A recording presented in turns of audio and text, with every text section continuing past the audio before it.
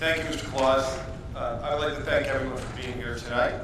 I'd like to start off the meeting, though, with some comments that I've been carrying for a very long time in regard to civility. George Washington's 110 rules of civility, decent behavior in company and conversation are based on a set of rules composed by French Jesuits dating back to 1595. The rules have a common focus on other people's importance rather than the narrow focus of our own self-interest that we find much too often today. The rules represent much more than just manners. If you take the time to read them, as each displays a small sacrifice that we should all be willing to make for the good of all and the sake of living together. Pretty simple, one would think. This brings to me my own innate adopted rules of civility, and to understand that, you need to understand the superintendent. Let me assure you, I grew up in a very strict home with my 5 brothers, one of which is here, and I adopted those rules and the golden rule that we live by with my mother and father. My father, a veteran, a proud veteran. I grew up with respect to authority, and I adhered to the law in a disciplined environment. That is who I am, and that's who I will be. Just like all of us here, I am a patriot, and I show deep respect to my country, knowing the sacrifice of those who have sacrificed for my freedoms to be here, including close friends and family. Along with my upbringing, I learned civility is a requirement to get along in life, in family, and in the profession. I learned that civility is not just innate, it's learned by a community that cares and loves one another.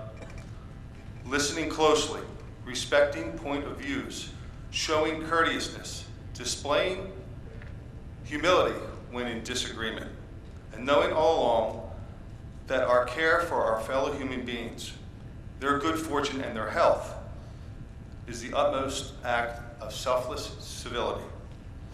These are skills and qualities I am sure we all possess. That's why you're here. I'm proud to do that, and proud of yourselves, and I'm proud that you're here, and I welcome you here. In that same breath, despite recent insults, threats to my colleagues, my health, and family's well-being, trolling of my family's life over the past week, exploitation of confidential matters, I still remain, along with my colleagues, civil and loving of those who condemn without fact. And I'm still obligated in this board at all costs to keep our students' safety and privacy intact. Therefore, I truly, in my heart, welcome you to this meeting tonight to be respectful and civil. I also want to thank, but we don't have it projected on the screen, the wonderful artwork from Lauren Proser, high school senior, and from Marissa Inota for the superintendent's report. It was incredible work and it was very beautiful, but unfortunately we can't project it here. For the sake of focusing on our student recognitions and the celebrations just due, we have postponed their appearance until April meeting to provide them the spotlight. We hope to see you all here back. See how many we can fit into maybe back here in the lecture hall to celebrate their achievements of excellence in our classrooms, competitions, and stages. President Claus, that's all of my comments for this evening, and thank you for the opportunity.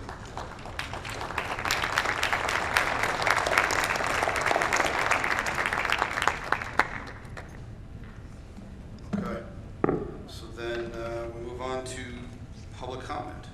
I think it's, is there a list? I don't have it.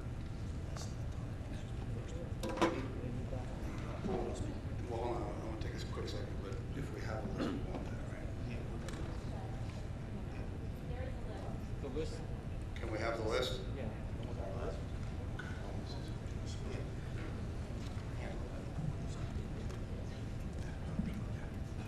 Okay, so while we're waiting for this list, I thought I'd say a quick couple seconds of something too. I just want to say thank you for all you folks for coming out tonight. It does mean to me, to us, that you guys do care about our township, that you do care about what goes on in the schools, that you do care about our students. A little bit of information about me. I've lived in Lacey my whole life. I know a lot of the folks in the crowd here. In case anybody wanted to know, I am an NRA life member. There are other folks on the board that are too, that can mention that. I have guns. I grew up in a family with guns. We learned about guns. We learned to respect guns. We learned how to use guns. use guns correctly. I also understand the meaning of social media and the posts that people put on social media. Once you put it out there, you can't take it back. And it's up for anybody's interpretation while it's out there. Everybody needs to keep that in mind. With all that said, I do want to apologize to some of the folks that are here based on some misinformation that they might have read off of the internet based on some social media posts. I stopped reading probably last Wednesday when I realized that 90% of it was just garbage. I do also want to apologize to the folks that are here to talk about confidential student matters. Nobody in the room would want us speaking about their child in a public forum. We're going to respect that privacy policy, and we're not going to talk about the kids tonight. So you guys can all come up, make your comments, and say what you want to say. If it's pertaining to a student matter, we're not going to reply. We'll thank you for your comments, and we're not going to go out and say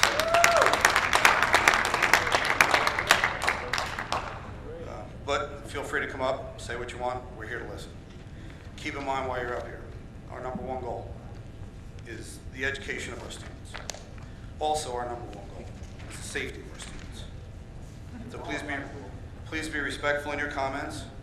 Please understand, or please be respectful of time for everybody else that's in the room. Also, please keep in mind, if you're here to talk about the student handbook, it's been brought to our attention, and that's something that we're making corrections on. It's not the reason why, well, be careful what I say. You got that? And as Craig said, I do want to mention this again. Normally, a Board of Ed meeting is filled with accolades and congratulations and accomplishments and awards for kids. Unfortunately, they're not able to do that tonight, and it bothers me a lot. So I would appreciate it if all of you folks come back next month, fill the room again. I'd like to be sitting in this room next month so that all those kids can have their congratulations and be heard.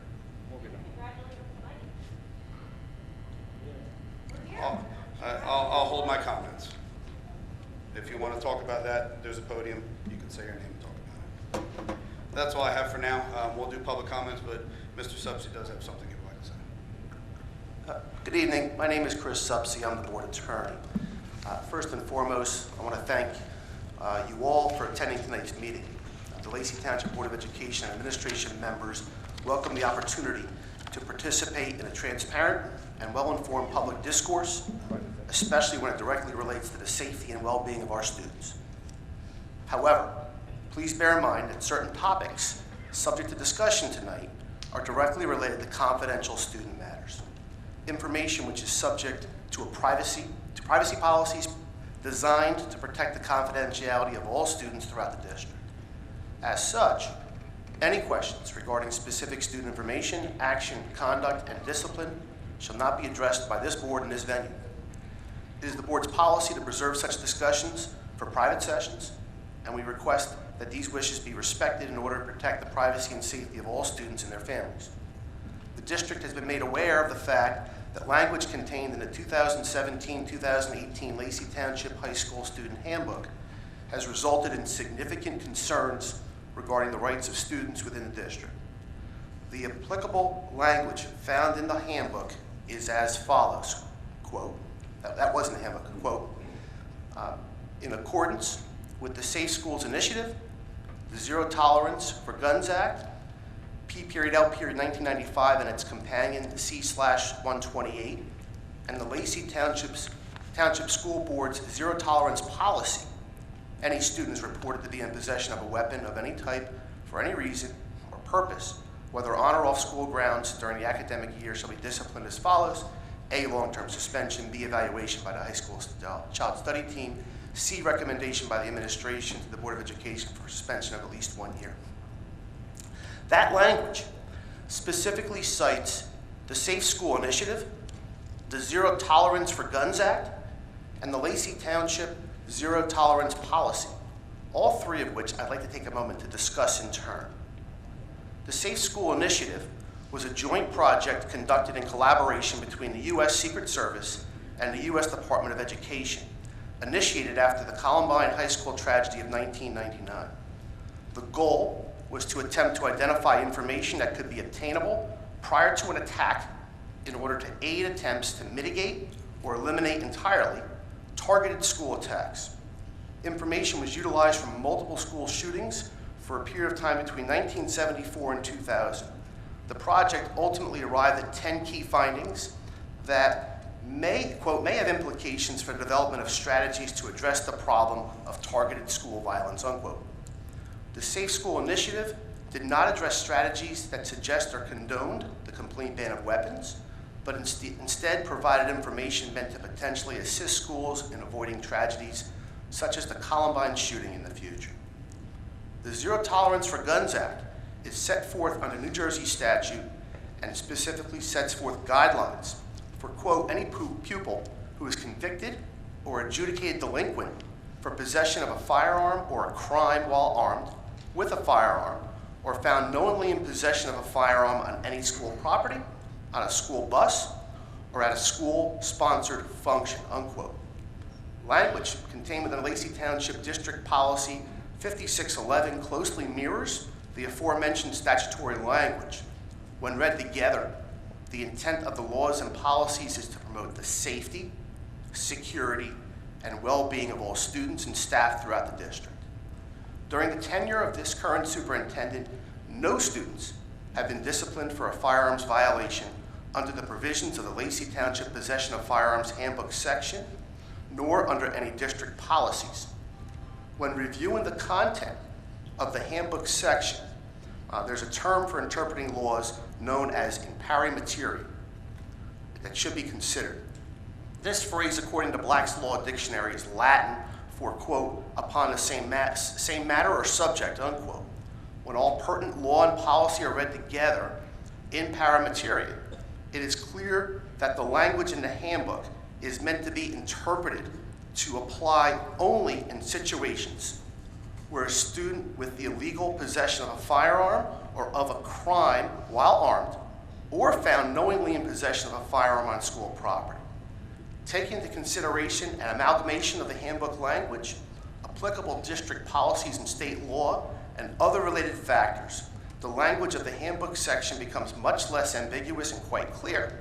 However, despite the foregoing, and as a result of feedback received from various sources throughout the district and through the board's own review of the applicable handbook language, it has since been determined that the language contained therein required certain changes to more clearly reflect district policies and procedures in state law regarding possession of weapons on or off school grounds.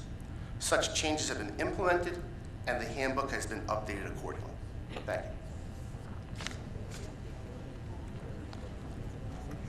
Thank you very much. Okay, so now we move on to public comment. And I have this list. Everybody that wants to make a comment is on it. If you've changed your mind and you want to add yourself, we'll get to the bottom of this and then we can add more people on. However, in effort to keep things going smoothly and organized, we'll call the folks out in the order that they were signed, no particular order. Mr. Mark McGovern. He's listed as P.O. Box 550, New Gretna, New Jersey. Hi, can you hear? Oh, there it is. Mr. Wigley, yeah, we've talked a couple of times on the phone. My name is Mark McGovern, and I'm running for Congress. I'm previously was the NRA ILA EBC for all of South Jersey. We had spoke, and I'm glad you guys did address the 24/7 supervisory illegal stuff that was going on with regards to weapons and what have you in the handbook. And I'm glad you addressed that. That was great. I applaud you for that. However, the email that you did send out and forward to us states plainly in the first statement that no rights were violated. And I'm here to tell you that you're lying to us. And you're lying to me.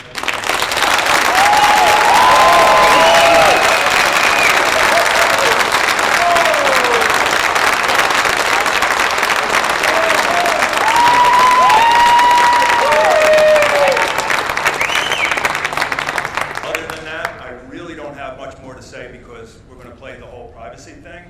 However, I've been sitting with the parents of the children who were reprimanded and penalized for nothing other than their First Amendment freedom, which was posting pictures of themselves at a range, which I do often, with a gun. And There was no security threat there whatsoever.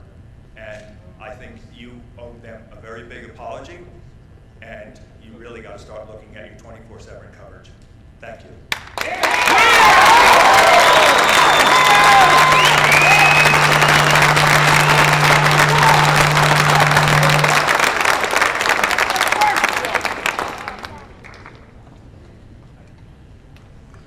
Thank you very much. Vincent Bartlett.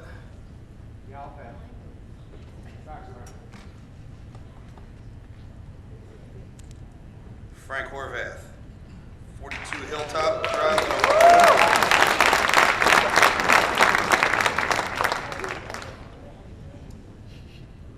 Thank you. I'm here tonight as a concerned parent of a student at Lacey Township High School, as a citizen of Lacey Township, and as a citizen of the United States of America. The superintendent and the president told us here that this is a private matter that they can't discuss. Yet, you tell us the information that's being disseminated in the news and in social media is wrong. I know Mr. Subsey could advise you that it is not a violation of student privacy to discuss generic discipline referring to students number 1, number 2, or any student thereof. I'd like to ask the board tonight, has any student, this is not a private confidential question, has any student in this school been disciplined for lawful activity that occurred outside of the school this year? Could I poll the board and ask you to please go on the record with an answer to that? Can you hear me? Yes. Sure, I'll answer, Mr. Horvath. I don't want to get into a dialogue regarding other students and their matters, but have there been off-campus occurrences of incidences that carry over into a school setting? Sure, there have been.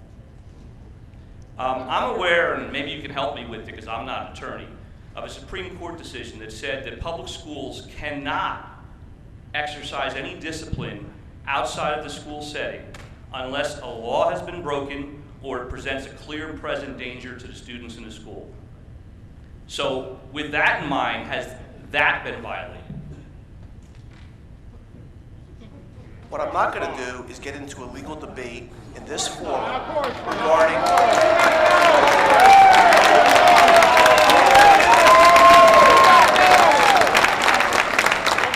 regarding hypothetical questions.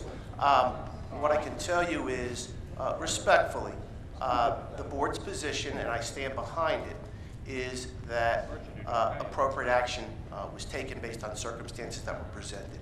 Every circumstance is different. You have to consider every circumstance for what it is and not for what it's not. So what I don't want to get into is comparing the apples to the peaches to the pears. So I don't know if there's anybody in the audience that would like to speak behind me about this who can maybe speak specifically about this situation, because as you said, you have student privacy issues that you can't discuss it. I was very glad to hear your opening statement, Mr. Superintendent, quoting George Washington, because I'd like to quote Benjamin Franklin, and I don't know if you're aware of this. Benjamin Franklin once said, "If we will ever trade our freedoms for security, we deserve neither and shall have neither." I've entrusted my children to the education of the public school, and I'm very upset that I feel that you're teaching them that our Constitution, our First Amendment, our Second Amendment, and our Fourth Amendment do not apply to them or to their parents. I'd like to go on record saying that, and me personally, I don't know if I can speak for the other parents, I'd like to see 4 things happen. I would like to see the board specifically admit that they've made an error and they've done something they shouldn't have. They do not need to disclose the students' names or their privacy to do that. To apologize for that error. To make a statement that they are going to aspire to no longer violate the Supreme Court decision or the constitutional rights of the parents or the children. And the person or people who made that decision should resign or be terminated effective immediately.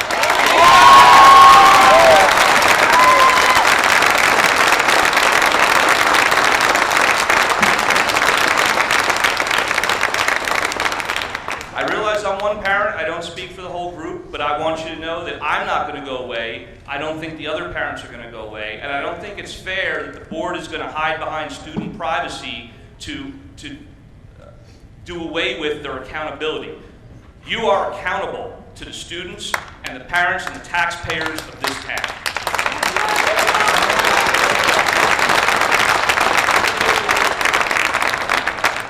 I do hope I've been civil enough, but been able to make my points, and I hope that the board will consider my points and the rest of the parents who are here tonight.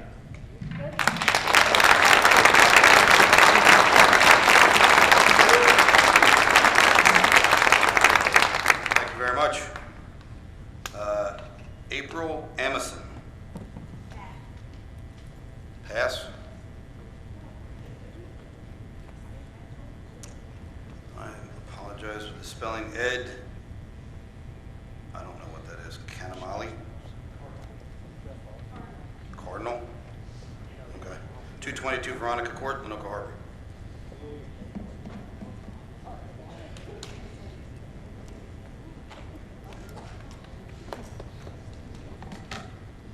How you doing today?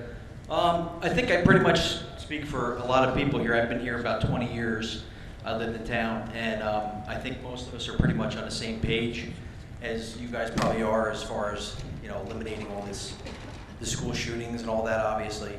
But the problem that I have is that, I think a lot of parents also have, is that this rule that you guys just changed was obviously not written right, and the teachers obviously either, I don't know if they had anything to do with it, of course, but it wasn't done properly, and it basically gave the school the power to do whatever it wanted to, call anything a weapon, on or off school grounds. Now, I see you guys changed it right away, and from what I'm hearing, from what you guys said when you came up here, I'm hearing a lot of good things as far as a lot of you guys are gun users and NRA members. So I'm not going to come right out and blame anybody on this board, because the rule was written apparently in 1995.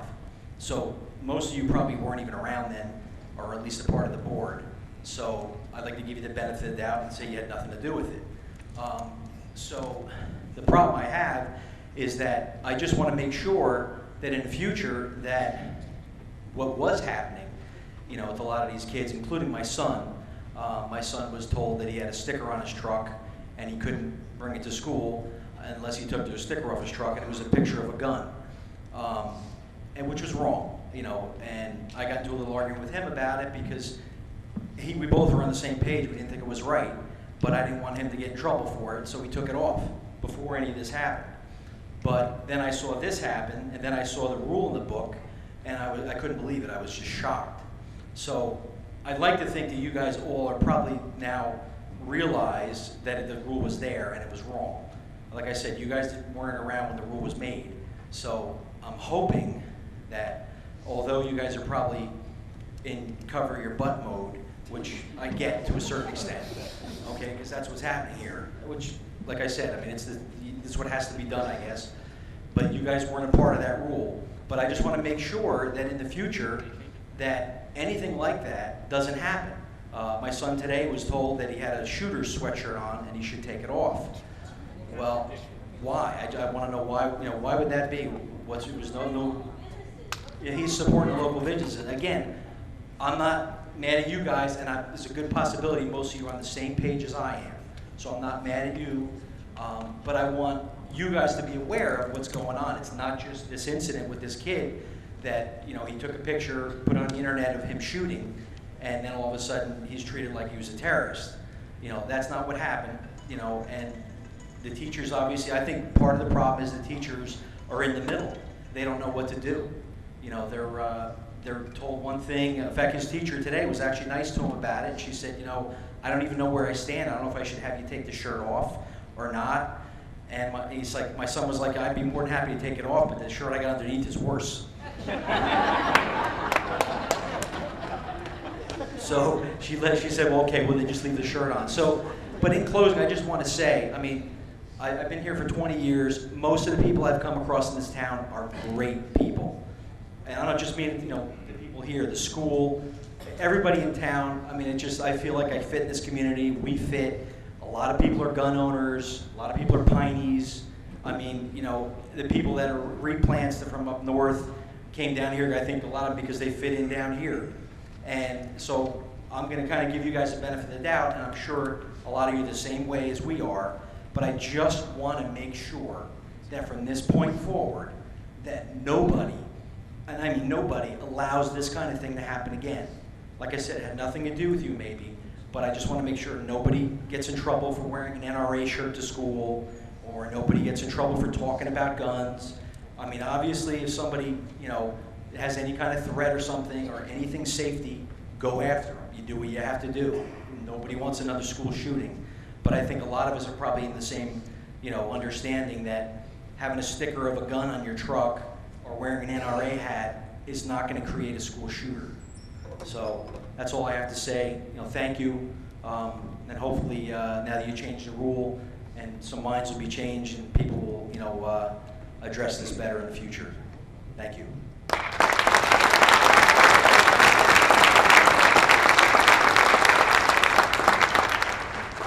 Thank you very much, Ed. Robert Cornelius, 1731 Longwood Drive, Forked River, New Jersey.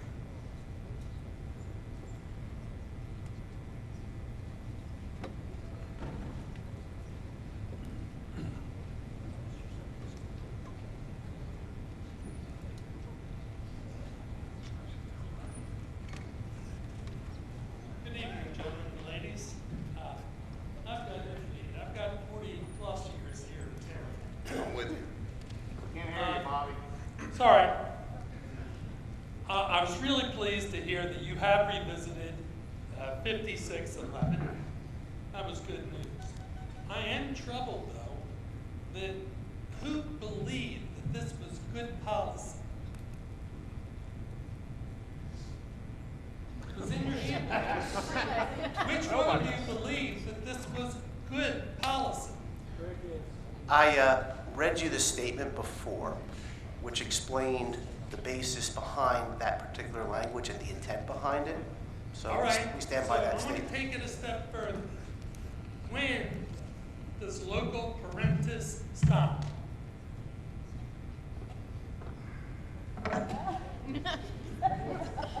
When do you have the right to tell these people that they can't tell their children what they can and cannot do?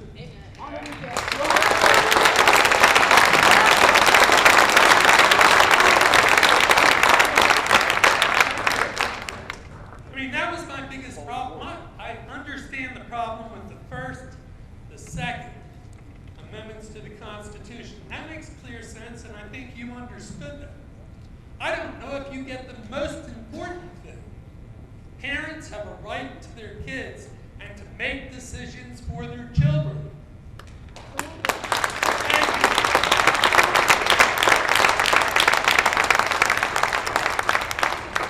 Thank you very much. Daniel Schmutter. From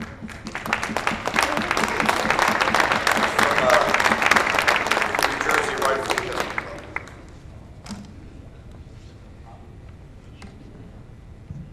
Thank you, Mr. President. My name is Daniel Schmutter from the firm of Hartman and Winnicke.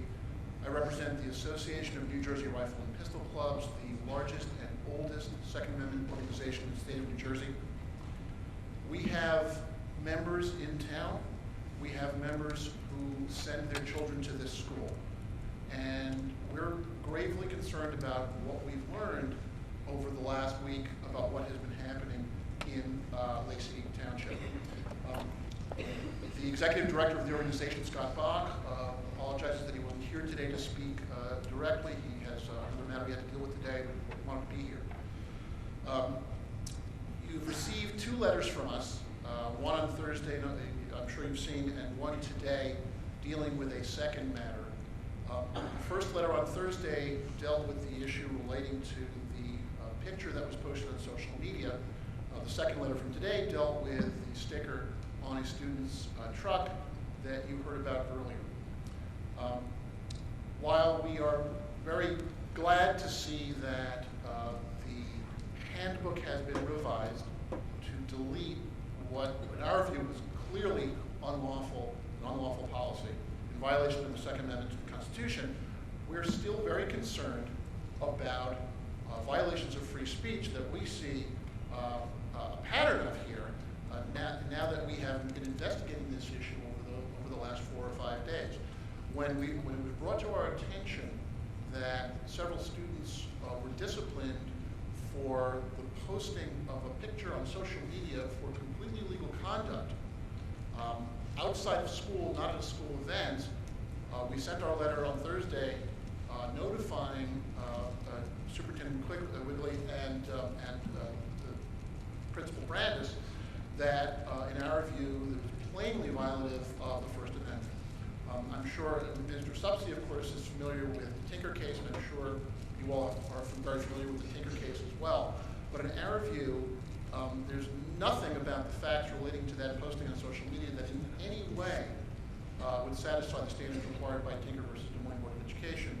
And we think that disciplining a student for engaging in lawful conduct outside of school and posting a picture of that lawful conduct on social media outside of school is plainly protected by the First Amendment, and engaging in any kind of disciplinary action is plainly illegal. An earlier speaker referenced the email that went around to parents indicating that no rights were violated. When we saw that, we were gratefully concerned because, in our view, it's plainly the case that rights were violated. The disciplining of a student for posting a picture like that is plainly violated that student's First Amendment rights. And the claim that no rights were violated, we think, is just plainly untrue. When we learned about the fact that another student, again, was compelled to remove a sticker bearing the image of a firearm, a completely legal firearm, from his vehicle, we became very concerned that there appears to be a pervasive atmosphere of suppression of speech here. And I would love to be shown that I'm wrong about that, but when you start to see a pattern that speech about firearms, legally possessed, legally owned, legally used firearms, activity which is protected by the Constitution, that speech regarding those matters is being punished or being compelled to be stopped, we become gravely concerned. Now, as the leading Second Amendment organization in the state, and as an organization that has members in this room, we're very concerned that we don't know if this type of behavior, this type of conduct and policy is going to continue. And again, while we're very pleased that the policy in the handbook was changed, we don't see any indication by the high school or the superintendent or the district that there's a recognition that that kind of suppression of free speech is inappropriate. In fact, we see the opposite. Our investigation reveals that it's pretty clear that the school district thinks that there was nothing wrong with the conduct against these students, and that's a great deal of concern, because that tells us that this type of thing is going to continue. We, of course, welcome a conversation with Mr. Subsidy, the board, with the superintendent, with the high school. We're happy to talk about this to see whether our concerns are unfounded, and it may be the case that the district recognizes that it is improper and illegal to suppress speech in this way, but we just don't see it. We don't see the evidence of that, and that's our concern. What we see is the opposite. We see a trend and a pattern in the other direction. So, our organization is following this very closely. As you saw, we sent our second letter today. We welcome a conversation. We hope the district does the right thing, and we're happy to discuss it with council, with the board, with the superintendent, any representative that's willing to talk about this with us. But the pattern we're seeing is very improper, and we're very gravely concerned about the direction this is going.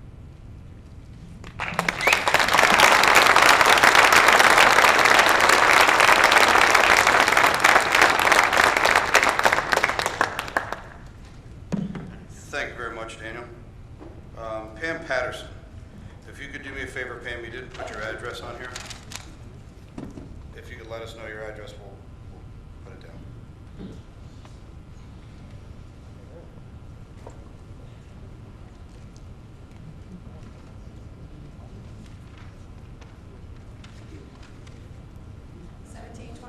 Lakeside Drive South. Really not good at this. I have a couple things I just want to discuss. You said you don't want to mention names, families, whatever. But on February 20th, before even this came up, there was a student who was also suspended, AP student, still suspended, homebound, because of rumors. Rumors. And I know this is true because I spoke to the family. So, can we just talk about that for a minute? Rumors, we're suspending our kids now for rumors, not even a picture, not nothing, rumors. And then to find out that a letter went around to Lacey High School teachers only, saying that a kid had brought bullets to school, which was untrue. Pictures that were on the internet was not true. So how do we do this? You have 3 students in Lacey High School who are AP kids, who've been in this district for many, many years, losing out on OCC credits, losing out on the money that their parents spent. Is this fair? This ain't fair. These kids need to be back in school.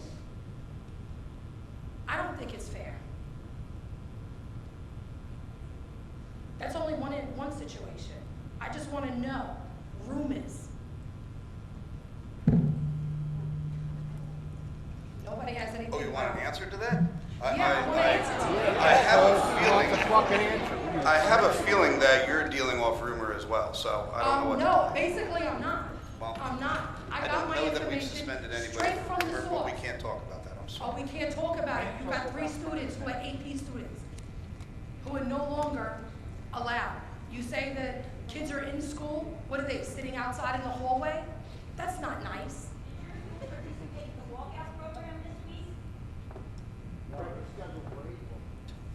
I mean, they go to cricket today, guys. Am I crazy? Board is not going to answer any. There's 3 students who are AP students. Why are they not in school? Ms. Patterson, to the extent that you're raising student matters that are confidential student matters, we're not going to respond. It's that simple. Sorry, guys, I tried. They're going to hide behind. But just so you know, February 20th, another kid. Vote him out. The kid got suspended for rumors. Excuse me, I think you're up here to address the board, if you could do that. Lacey Township suspended a student that is on homebound because of rumors.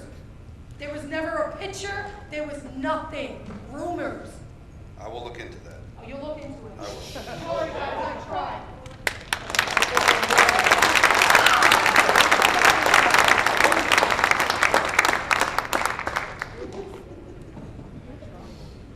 Thank you very much.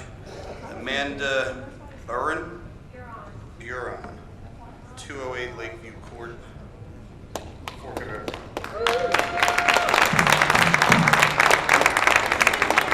Shooter in the room, I hope. Sign up, honey. Show them what you want to say. Hold it high, proud. Show them.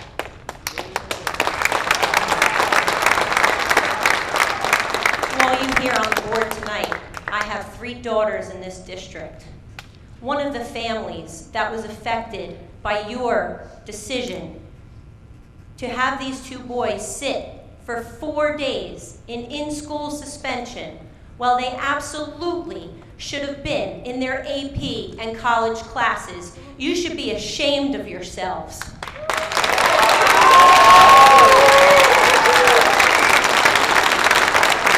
The individual rights of our students do not disappear just because they enter your school building.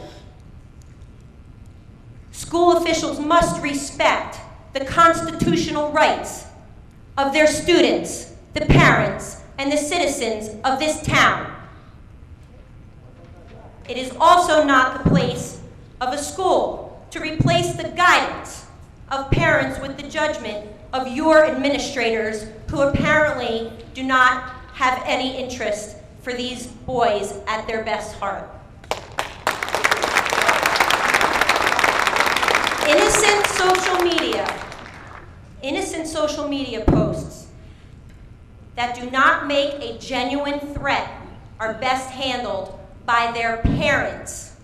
There was no investigation, there was no mental evaluation, there was nothing done for these boys, even if they asked for it. They asked you to give them mental evaluations. What do you have to say about that? Crickets. Crickets. That's what you have to say. Crickets. There have already been some more speakers that have mentioned the Tinker versus Des Moines Supreme Court case, so I don't need to mention it, but you might want to look into it. These people have come from all over the state to support these boys and not to support your decision, of which you have also stated that you will enact again and again and again and again. It's not just these 3 boys either. There are many other cases, and I'm sure you'll be hearing from their parents very soon. Maybe they're lawyers. Yeah, hopefully. Send the lawyers out. I encourage everyone in this room to post pictures and allow their kids to post pictures of themselves on social media with a gun in their hand, responsibly, or a bow in their hand. What are you going to tell all the parents of the Boy Scouts who want their proud sons to post a picture of themselves receiving a rifling badge? What are you going to tell those parents, that those boys can't put a picture up of themselves?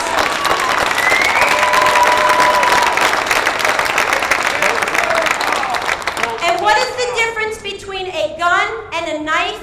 And you know what? What are you doing about the alcohol problem in this town? Because my daughter's 16, and the amount of posts on this social media from this town of all these students that are drunk out of their minds on the weekend, and you are going to pinpoint these boys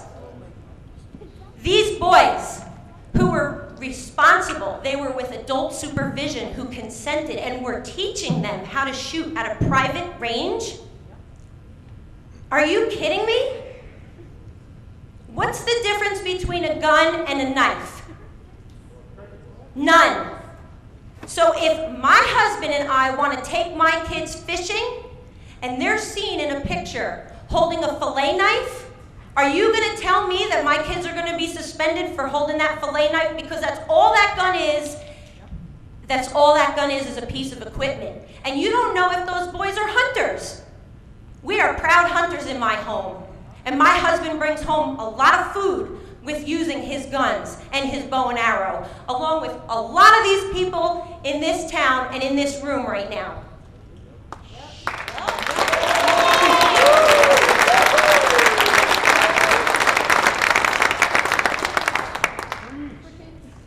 So what you're doing is trying to silence us, and it's not going to work.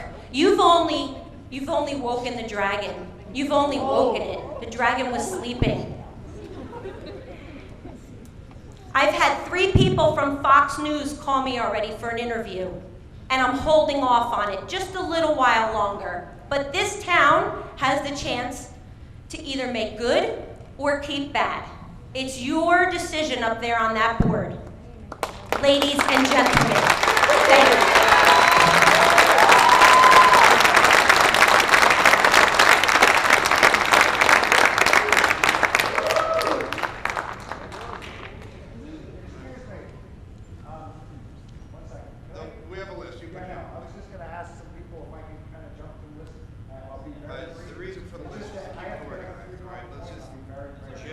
Okay with me.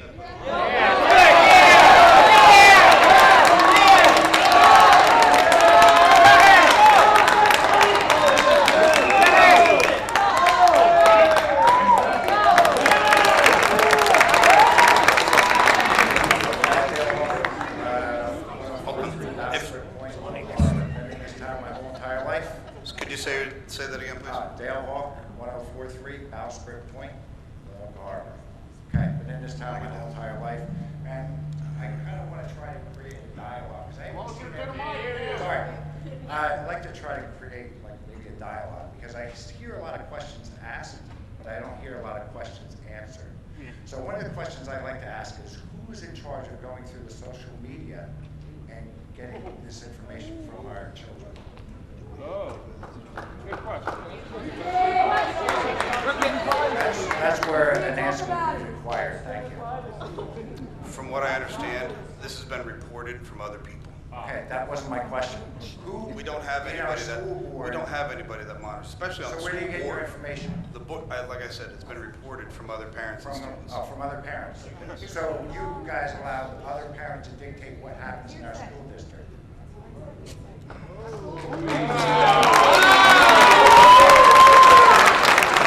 Again, that's where you guys will give me an answer.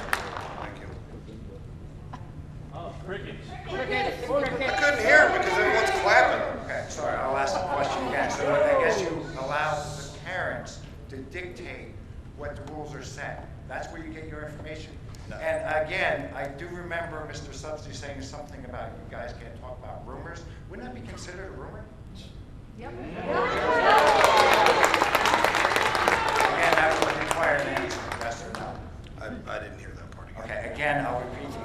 Mr. Subsidy said, from what I gathered between our conversation is that parents call up and say, hey, I have a problem with something. Would that be considered a rumor? Yes. Let him answer. I'd really like to have just one answer for that tonight. Thank you. Mr. Hawk, it's information, okay? So when someone furnishes Is information... it fact? When someone furnishes information... Okay, is it fact? I guess you don't want me to answer your question because you want to throw another question at me. Okay, go ahead. So when someone furnishes information, there's an analysis done as to the quality and content of the information that's potentially leads to an investigation, and it follows its own course. So whether it's a fact or not a fact, it's called an investigation. Okay, so in this investigation with these two kids, judge, jury, and prosecutor, because that's exactly what happened, because I didn't hear, of course, based a lot of it's on rumors and what hearsay. So these kids got suspended. Was there a trial? Did you guys go through any other process other than rumors stating? Mr. Hawk, again, you're bringing up student matters, Okay. and we're not going to discuss student matters. We're not here to discuss student matters. You may not like the fact that we have an obligation to maintain confidentiality, but we're going to. Okay, no problem. You can still talk in generalization. Absolutely. Yeah, just don't give names. Okay, so I'm going to give you a little bit of my own personal information, a little bit of insight of what happened to my 6-year-old son. Okay, I actually brought my son's weapon with me. Don't be afraid. This. Hey, does anybody consider these weapons? Absolutely not. I'd actually like to have an answer. Do anyone on this board consider these weapons? Crickets. Yes or no? Just simple, literally, yes or no? No, okay, this means no. So, I'm at work, trying to provide for my family. I get a phone call from the school stating that my son is in the office, him and another student. I'm not gonna mention the other student, but I will mention my own son. Then I have to come and pick my son up because he was called into the office because he was in a fire drill at 6 years old. So I'm thinking, all right, he got pulled out of school, out of his class, for not obeying the rules. So, get to the school, find out that him and another kid pointing fingers at each other in the shape of a gun. There's zero tolerance policy on that. Does that seem common sense to you? Crickets. I mean, that's where I'm PO. And the other thing that gets me a little agitated is, I believe a big part of what's going on here is kind of not your fault. It's your fault. It's all of our fault because we allowed this to happen. Since 1995, I believe that these rules have been in effect. That you guys basically have control over our children 24 hours a day, 7 days a week, for 10 months out of the year. So basically, well, it depends on whether we have a chance or a choice. And what are you guys going through it or doing anything to change these rules? Do you know what they're going to be? Because I don't know what time you guys will allow me to have like kids' bedtime set at, things like that. All this kind of stuff, it's shower time. Because if you guys want to run my life, I like to maybe take my wife out to vacation. And if you guys are going to have control for 24 hours a day, I can drop her off here and have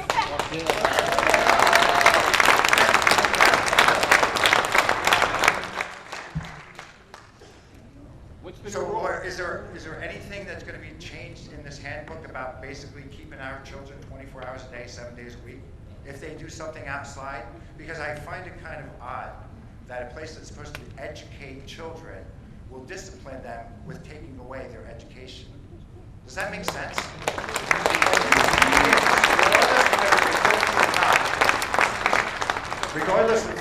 Regardless of what happens with these two kids, you took away their right to education from a place that's supposed to educate children.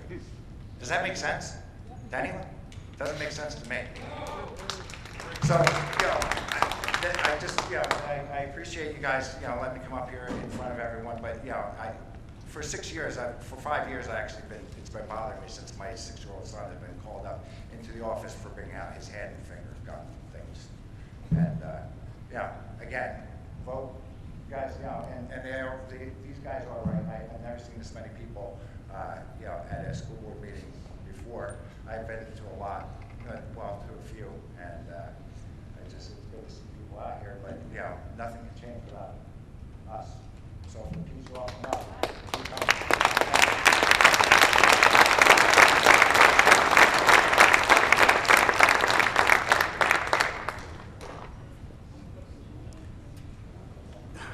Jay Buttow.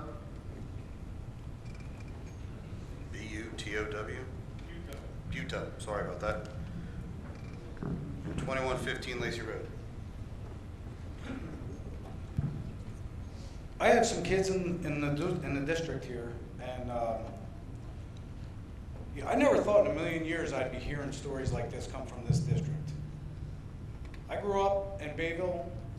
I moved here. I went to Central. I went to, had my kids have gone to this school. When I went to school, the Hunters had guns in their back windows. We used to come to school. The principal there, he would come down and check out your guns. He'd come down and check out your bows. We were a trusting society. We had common sense. We made decisions based on common sense. And I don't see the common sense here at all. I don't.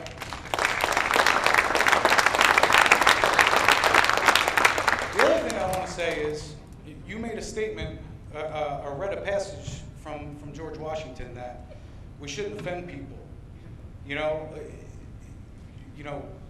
I don't remember exactly how you said it, but it had to do with offending people. When do we stop with the offensive stuff? When do we stop? Like, are we supposed to go to school and work in white robes so somebody doesn't get offended? It's got to stop. Us as gun owners and conservatives are tired of being labeled and being, the problem with our society. We're not. We're people too. We're workers. We're parents. We love each other. We don't have a problem with it. There's a lot of things on the other side that offend us, but that's your right. That's what you want to do. Well, we have our things that we like. We might like going out in the woods and quad riding. We can't do that because it bothers everybody. We can't do anything. When does that stop? Why do we have to take our stickers off our cars? Why is it okay for our students to walk out of school for gun rights? Would you let them come out of school for pro-gun? They walked out. Not for gun rights. They did walk out. There was people outside. Yeah, there were. Trying to do away with gun control. It's all I'm saying, guys, is it's got to stop. Like, we got to stop with somebody comes in as an offended because of a picture, and kids get suspended over that. That stuff's got to stop. I mean, they weren't sitting there looking like a gangster. They weren't sitting there, you know, with a label saying they were going to come in and shoot up the school or anything. They were hunting. Or they were target shooting. They were learning. They were learning the right way to shoot. And they got suspended for that. Kids are getting their flags taken out of their trucks and thrown in the bed of their trucks. Kids are getting told to take stickers off the back of their car. Like, enough is enough. We're tired of it. And it needs to stop now. And common sense needs to start being brought into these decisions that are being made for these kids. Some of the clothes that they're wearing, shooter shirts and all that stuff, it's not hurting anybody. It's just got to stop. That's all I got to say.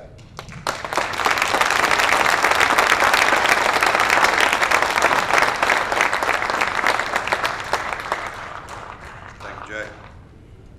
Alexander Rubain, New Jersey, Second Amendment.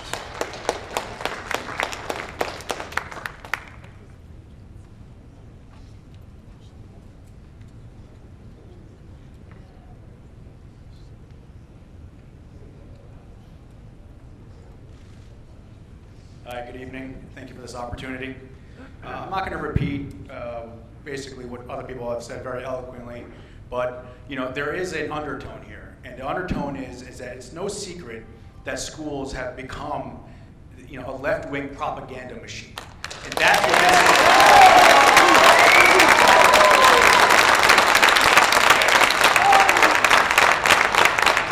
I've been doing this for a very long time, and this is always the constant theme.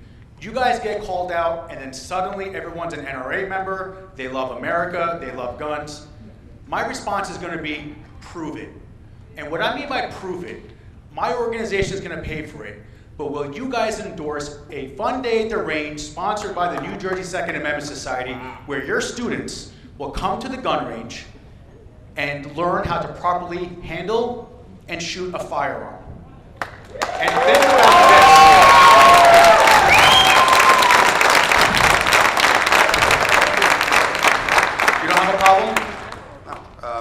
Give us a call. Yeah, well, right now, on a personal level, would you support it? You don't have a problem? Would I personally? No. I told you. I gave you my story at the beginning. No, I understand. I've heard this story plenty of times. That's my whole point. But when I say to prove it, that's what I'm asking for. So give us a call. We'll talk about it. I don't want to call the office. I've heard that line before too, and then I don't get return calls. Right now, I want to say is we potentially have future Olympians, future athletes that could be competing all around the world for shooting sports. And if you think that I'm joking, I would like for you to know about a man named Matt Emmons. Matt Emmons, surprisingly, did not live very far from here. And when he was in high school, his father's friend took him to the gun range and ended up becoming a top shooter, not in the state, not in the country, but in the world. And he went on to win a bronze, a silver, and a gold medal in the Olympics. Not to also mention hundreds of other awards. So think about the example you're setting to future Olympians and future athletes that, let's be realistic here, there's a lot of students that are being indoctrinated to make them feel like guns are bad. And what you're doing is you're taking away their future, not only as potential Olympians, athletes, but also people that serve this country. Because one thing my friends tell me that has served is that the Army and the military don't teach you how to shoot. They teach you how to qualify. And there's a very, very big difference. So right now, you should understand that you are stripping away the potential future of many students by this message. And the message and the response that we should be expecting is an apology to the students, is an apology for stripping away their future. How many future Matt Emmons, gold medalists, do we have in Lacey Township today that are being discouraged for participating in the most American traditional value outside of apple pie? Think about that. And I want to show you a picture of Matt right here. He started when he was in high school. All right? Here's a picture of Matt. A bronze, a silver, and a gold, and countless other images. And he only lives 30 minutes away from here. So why doesn't the school board reach out to him and invite him? Maybe do a lecture in the school. That'd be a great opportunity. Right? Do you have anything against that? Because if Matt posted this picture, if he was going to Lacey High School, he would probably be expelled. Think about that. So, I know you gave a verbal okay, right? You personally, you think it's a good idea? I think it's a great idea. All right, Mr. Wigley, you would personally. I'm not asking for right now the whole board to make a vote. Would you, sir? I can't read your names. My contact rating. Sean. Okay, pleasure to meet you. Miss Clark. Dr. Clark, I'm sorry. You would support a fun day to range day for Lacey students to learn about firearm safety? Mr. Urbani? Rubian. Rubian, excuse me. You should direct all questions to the board president's proper protocol. Okay, I apologize. And I think we'd all be okay with it. Like I said, okay. give us a call. And for the and for younger students, the NRA provides Eddie Eagle programs, which teaches a lot of kids that have prevented a lot of deaths to children that if you ever see a gun, don't touch it, leave the area, and tell an adult. And success story of children who find guns in grandpa's attic in the park because a criminal threw one, and they see the gun, they run, they tell their an adult or an administrator of some sort, or maybe even the police, that there's a firearm in this park, and they didn't touch it, and lives were saved. Children's lives were saved by that. That's also another program I would gladly reach out to the NRA. Mr. Schmutter was here.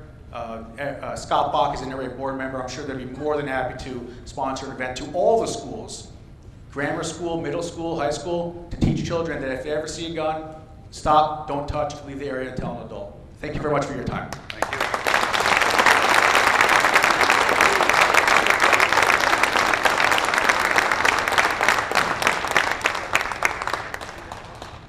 Alex, will you be reaching out to the school? We don't have your contact info. I'll give it to you after. Thank you. And the kids will be allowed to post those photos on their No, social media? no. Answer that question, will the children be responsible? And will they be suspended or have detention for posting pictures being at that range? A destruction of climate of education in this school? I'm sorry, I don't have an answer for you right now on that. The board should go on record with it. Kathleen Pilot, next, Barnacle Road, Forked River. I apologize, everybody. This is for my daughter for special ed. I didn't realize. Okay, thank you. Okay, my main reason why I'm here today was because of an episode that I saw on February the 6th. I had to wait until they did an investigation. I'm sorry, Ethan. So on February the 6th, when the kids were coming home from Special Olympics with the multiply handicapped class, I observed a paraprofessional, not going to say her name, being extremely rude and extremely nasty to these students. It is not the students' fault that they have handicaps at all. Also, I observed this particular person, as well as the teacher, calling the students by their last name. My daughter's legal name is Amanda Frances Deborah Ann Pilot. It's symbolic, but in this district, I would expect my daughter to be called by her name, Amanda. My daughter was taught and goes to church every single Sunday in catechism. Be respectful to your elders, treat people with respect, kindness, and love. This particular person was so nasty to these students, I can't sleep at night. I spoke to Mr. O'Neill, who is the super, am I allowed to say the name or no? Am I allowed to say the supervisor's name? They don't talk. Excuse me? Okay. So I spoke to Mr. O'Neill, who was the new supervisor 2016, 2017. In full detail, I basically went to the school and told him my concerns. I was going to speak to this principal, but Mr. O'Neill told me that he was going to take care of it. I spoke to Mr. Massey. I also went down and I filed a police report, which is a legal document. And I gave that to Mr. O'Neill, Mr. Massey. I believe the board has a copy of it. Dr. Clark, I believe you have a copy of it. Not only that, but From the school year, these are all the emails that I have submitted between the supervisor, Jessica Franzen, who is wonderful with Amanda,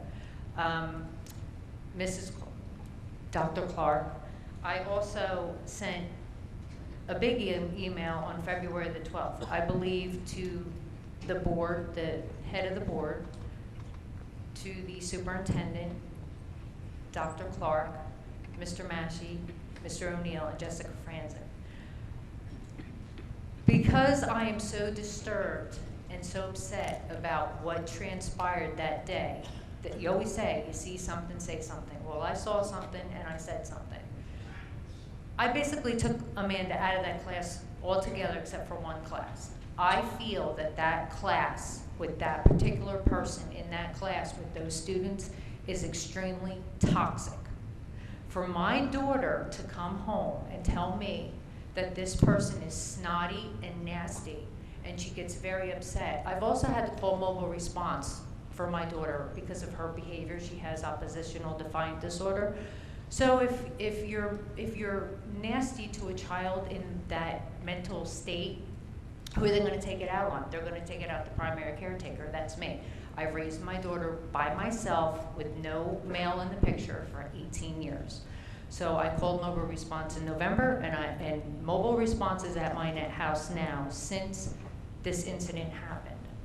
So my question is how can the district allow this? I know, Dr. Clark, I have the utmost respect for you. How can the district allow a paraprofessional who not only is nasty to these multiply handicapped students, she like belittles them, but also to other people in the staff? And my daughter's para, who was Debbie Sipple, quit her job from what she told me. She worked at the district from 2004 up until last Friday. Ms. Sipple, I had spoke to her they were on a trip one day, and I was speaking to her, and she told me how upset she was about certain things that were said, certain things that were done in the classroom, and she started crying to me on the phone. So a week prior, before her leaving, I had no idea she had given her notice. She got very upset in the hallway of the high school. So when does I know that, Dr. Clark, I know that you said it doesn't fall into the harassment, is it HIP? It doesn't fall into that category. But I gave the school the benefit of the doubt. I am very concerned for those students. I was so concerned, like I said. I took Amanda out of that classroom. I don't want my daughter putting holes in my walls or scratching my arm or punching me or kicking me because she's so upset. When she comes to school, this is supposed to be a safe haven for her. It's supposed to be a place of learning and for her to feel comfortable to come to school.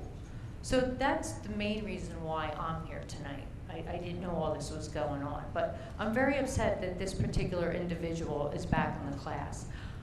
I strongly feel, and I'm saying this for my own experience because I was angry like that myself when my dad got killed, she should go to anger management. For what I saw and what I heard and how she interacted with all the students, that's how I feel. I feel she should go to anger management. I feel she should be with a different class, maybe with the bad kids. I can't say bad kids. The kids that have behavioral problems. Because for her to be in that class, it's really not healthy for the students. Like I said, it's not their fault that they have a disability. And luckily enough, my daughter is so highly functional, she shouldn't have been put in that class anyway. I tried to get her out of that class twice, and then after all this transpired, I demanded that she be taken out of that class. But that's all I have to say. Ocean Mental Health has an anger management class every other Wednesday.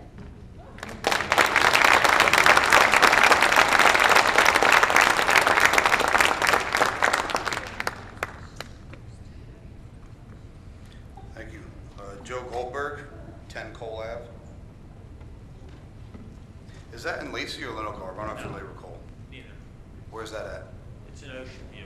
Ocean It's View? out here. Good evening, and I apologize. It seems like some of us have not been so civil on both sides, but we're going to try to be better. I do have a question for the board, and it has nothing to do with any individual student. So it should be answered, and I'd really like to hear the answer from every one of you.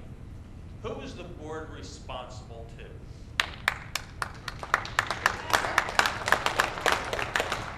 The township.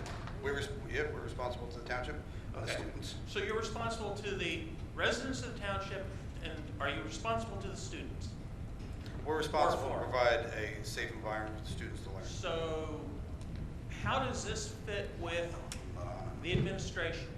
Do you have a responsibility to the school administration or to the NJ2, Education Association, or to any particular individual that functions within the school? Or are they responsible to you? We're responsible to provide a safe environment. Are the inmates ruling the asylum, or? Can you hear me now? We're responsible to provide a safe work environment to the rest of the faculty, sure. It's like there's, in ways, there's responsibilities, yes, but I don't understand completely. Well, it just seems that there's a prejudice that seems to be going on, and seems to be possibly driven by the school administration, not necessarily the school board.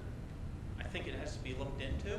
I also think that from what I see of the policy, which dates back to '95, it's not really a legal doctrine.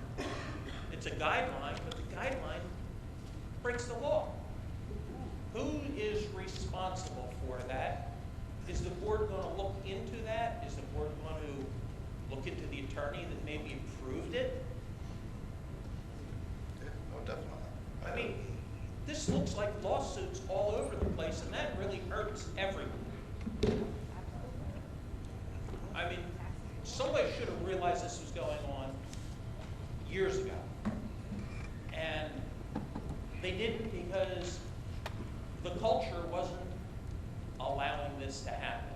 People were not enforcing, were overlooking, or didn't feel that the policy reached as far as it seems to have.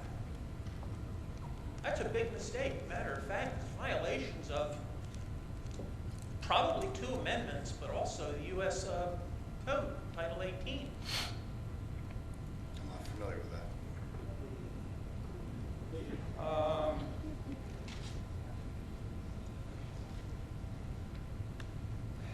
Conspiracy against legal rights. 2 or more people were involved in the authoring of that document. So if it violates legal rights, Title 18, 241 says it's a conspiracy against legal rights. 242 is a depletion, it's deprivation of rights under the code of law. Were any legal entities at any point in any of these situations consulted? Were any legal charges brought? Or was this just thought of that the school has omniscience and can do whatever it wants, or these particular school individuals?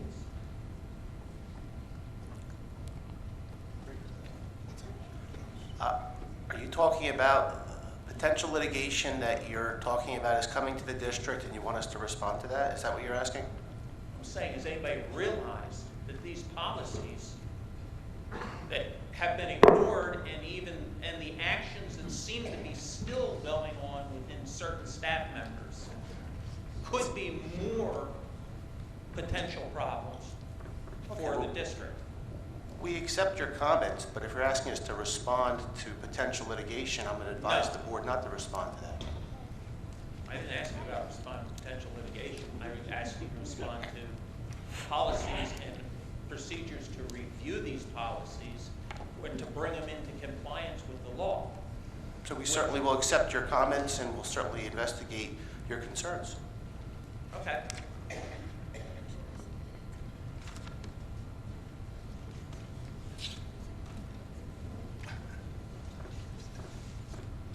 Who, I'm just curious though, who created the policy?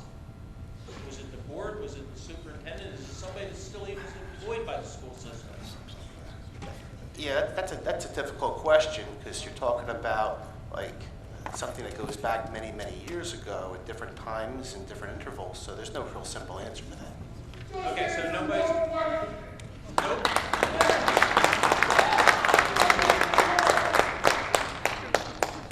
I guess what you're saying is nobody's going to accept responsibility for policy. I believe when we came out here at the beginning, we did say that we read the handbook and then we were editing the handbook to make sure that it's correct. We'll go through the rest of it. We go through policy on a regular basis. I guess this one in particular is very old. You didn't even know it was in there. How could you do it on a regular basis? You didn't know it was there, you just said it. When it was created, I guess you had said it's 95. I guess the simple in college. question is this, and I think a lot, everybody here would like to know. Is there potentially any thoughts of review of the activities of the staff of the schools and their activities? Because, I mean, if you look at this and if you were to take into account what was said on social media, which I heard somebody say here was 90% not true, and then made a comment basically about what was going on, and then said, but we won't make a comment about it. It asks the question, is the school board looking into the conduct of the school officials and how they have implemented these things? Always, yes. But we will, like Mr. Subsey said, we will definitely take that into advisement, review it. I'll make another comment, just so you know. I believe that one of the coaches here, football coach, has anybody seen his social media page and his picture? Does that bother you? No, it absolutely doesn't. But yes. Double standard. Double standard. Why is it okay for a coach to hold a rifle in his profile picture, but it's not okay for a student just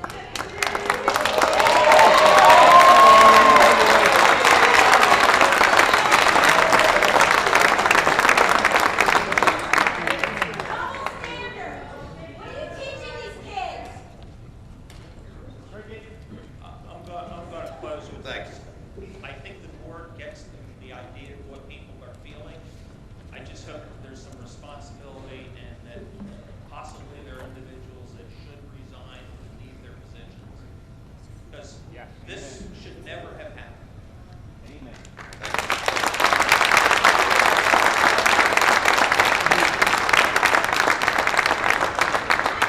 absolutely be able to keep that profile picture. We're not asking him to take it down. We're supporting him. Tim Falaska, 1210 Andover Road.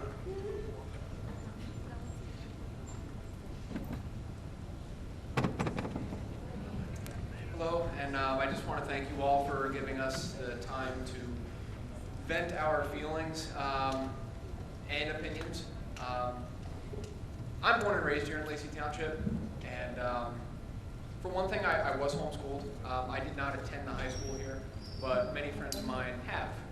And so I feel as much of a town and as much involved in this town as just about anybody else. And especially I am concerned with some of the dealings of the school board, of the school administration.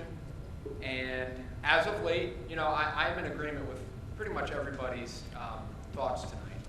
And I'm very concerned and I'm very angered by it too, because this is not the type of thing, as you know, the gentleman before had said, this type of thing never should have happened. Now, by your own admission, you said that you've gone over these policies, that you regularly review these policies. I don't know if I necessarily believe that you skipped over this one. It's kind of hard to believe. Why would you skip over a policy that deals with a topic that is constantly in the news media? It's constantly here. So to say that you're not seeing it, you didn't notice it, I'm sorry, but I'm going to call foul on that. We don't believe that. This leads to a greater issue here, which is a matter of trust. Now, I'm born and raised in a conservative family, Italian background. And one thing that I think is a universal tenet of human nature, especially from the citizen to their government, is trust. There's no trust fostered when actions like these suspensions for these students, because they were exercising their lawful Second Amendment right, when other students are asked to remove a tire or stickers from their vehicles or from themselves, and then we're supposed to say, well, naturally the school, which is educating our children, is having their best interests at heart, when indeed the school itself is violating their constitutional rights. Now, I am going to leave the whole legal argument and the legal perspectives to the people that spoke before me. They more than have it covered. But this goes to a culture problem within this school, within this district. And that's what I'm seeing here. And the culture is it's a violation of rights, consistently violating rights. And then we're supposed to come to you and say, well, naturally, there's trust here. And you expect us to then take your word that you're going to change things when you have not given us any reason to trust or believe that anything will change. It's very hard to believe, very hard to believe. You also talked in the very beginning of this about civility and having a civil discussion.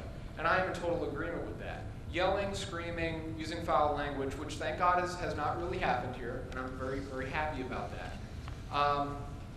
But let me just say one thing. If you want to go to the roots about civility, well, how about not violating civil rights? Because that is a shot at any type of civility that you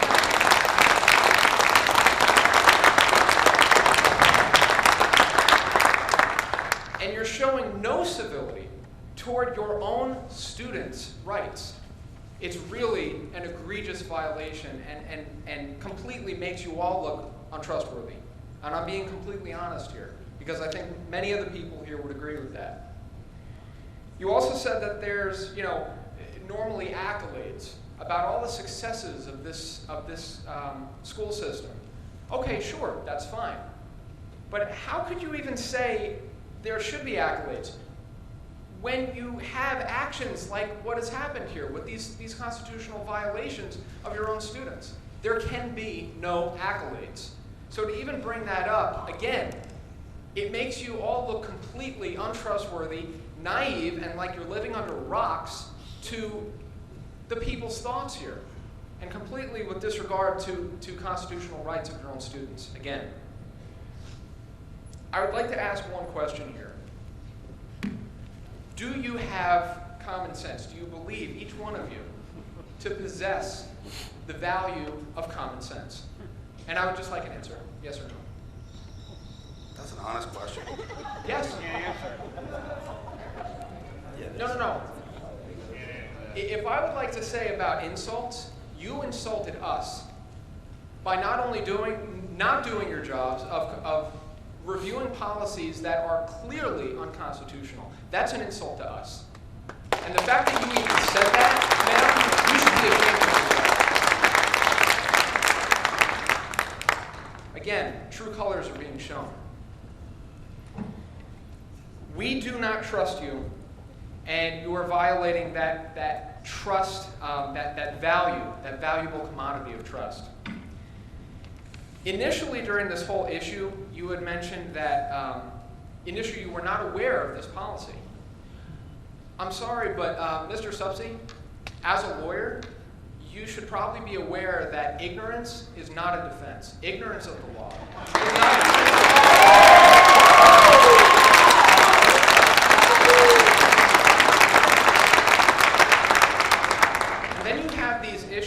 again, that I've already mentioned about students having their First Amendment rights violated, whether it's they're being compelled and honestly forced with the threat of punishment to have, with stickers being removed from their truck or else, or if they're wearing a certain attire that is maybe pro-gun, i.e. maybe goes against the leftist and liberal agenda that is prevalent in the culture of the school.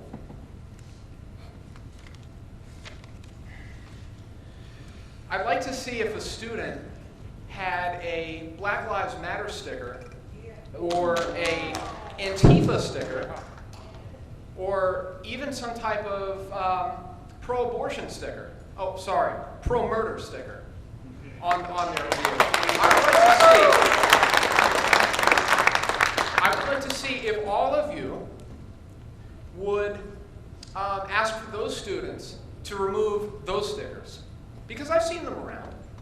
So to say that, oh, well, it's an equal environment of, we generally just don't tolerate, these otherwise political stances. No, I think it's a agenda against Second Amendment, against the true intentions of free speech enshrined in the First Amendment.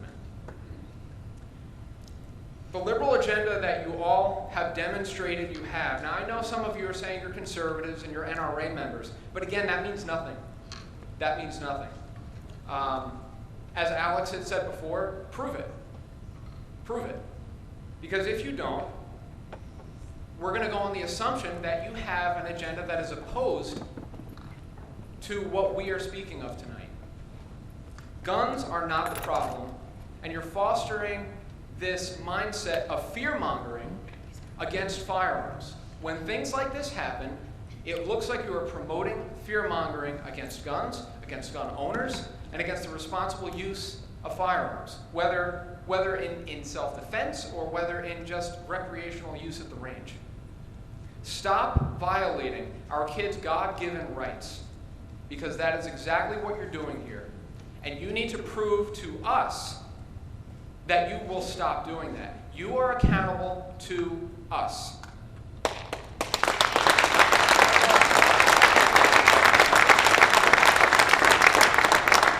Make us trust you again. Have a good evening.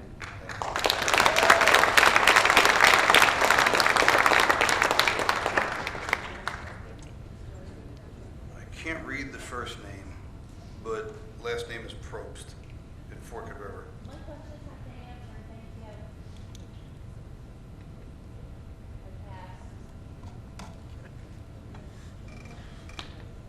Tony Rizzoli, Sunrise Beach.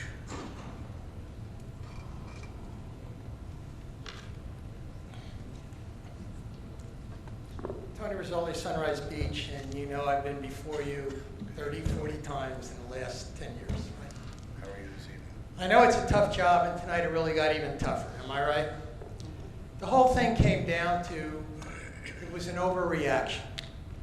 It was an overreaction of what I guess those boys did, and it was an overreaction because these people don't come to those 30 meetings I went to, and they should have. Okay? So you're wrong, and maybe you're wrong too. So let's try to get right. I just got back from Broward County. I was 8 miles away where 17 kids died, and teachers. I don't want to talk about what happened, that we made mistakes in the past. I want to talk about keeping my kids alive in the future. I want to keep our students alive and our teachers alive in the future.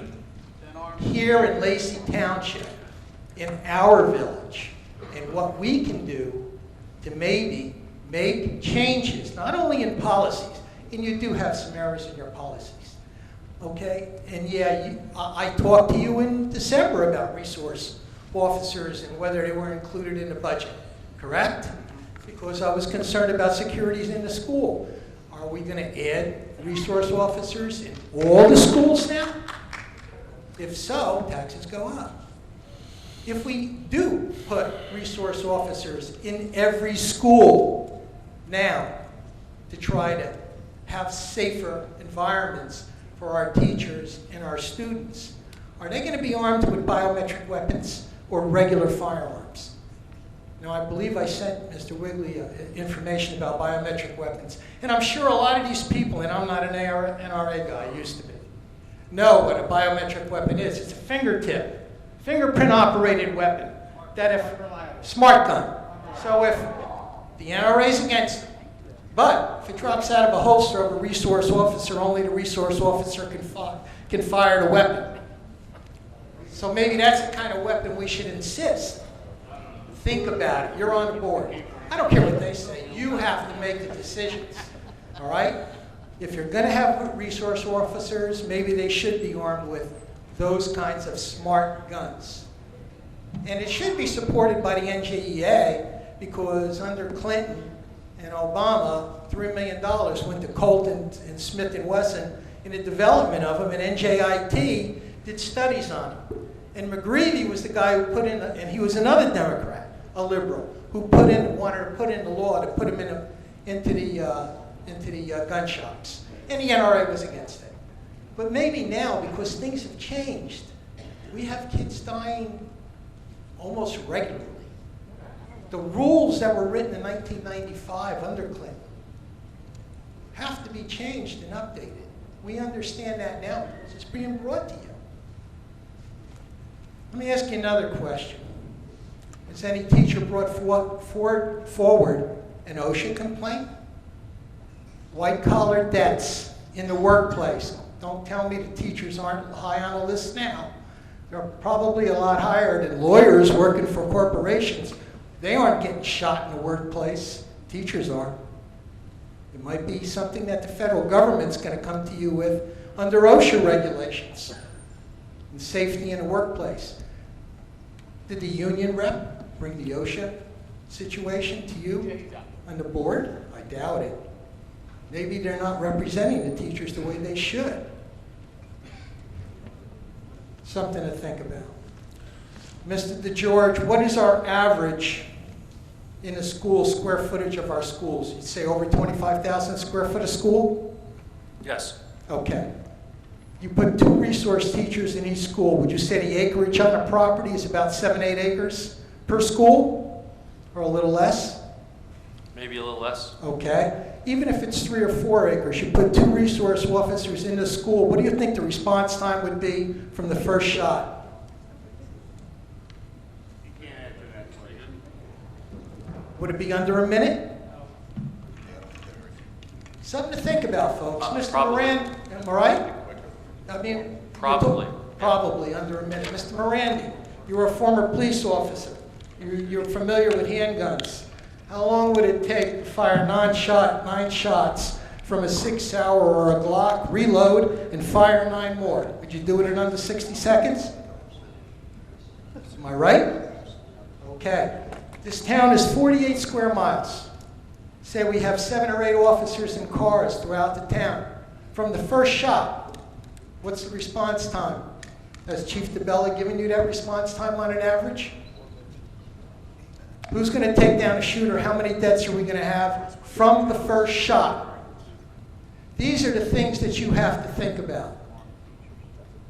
Okay? Yeah, you made mistakes, they made mistakes. They brought forth things that are, yes, they're right, but they're overreacting. I'm saying to you is, I want you to protect my students and my teachers in the future, and a lot of the things you're doing have to be changed. You may have to consider arming more than a retired police officer or a retired military person. You may have to arm teachers who are willing to be qualified and armed, maybe with smart weapons. Maybe the resource officer in the school is the armorer, and the weapon never leaves the school.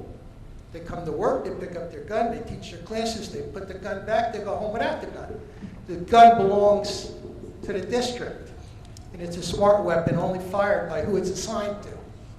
These are things that are outside the box, but it's things in the future that you and those who follow you on the Board of Education have to consider for the safety of our students and for the safety of our teachers.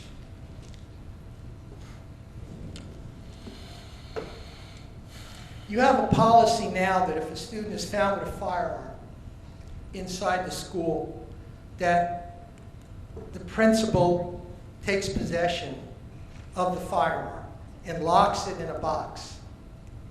That's what your policy, this is not the handbook policy, this is a weapons policy that you review occasionally from the State Board of Education, okay, in classes that I believe that even some of you went through before you came to this meeting.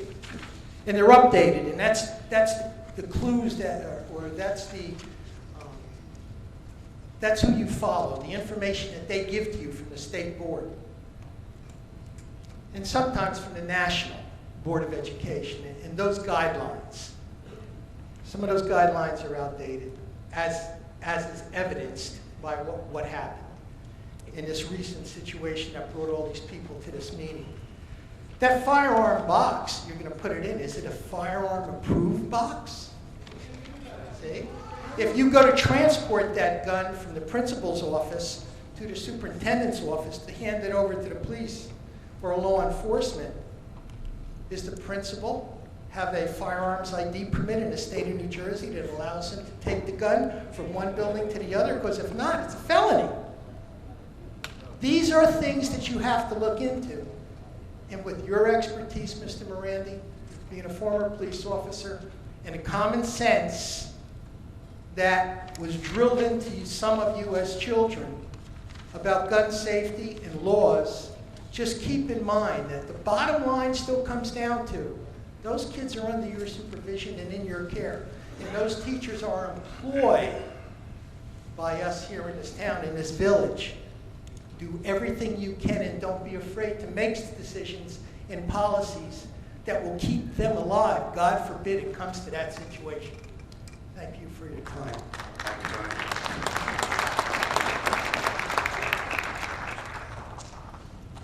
Thank you, Tony.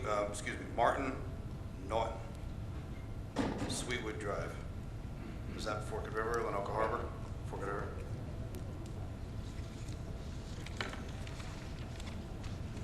Good evening. I guess I just have a couple questions for you guys. Earlier you stated that the handbook has been revised.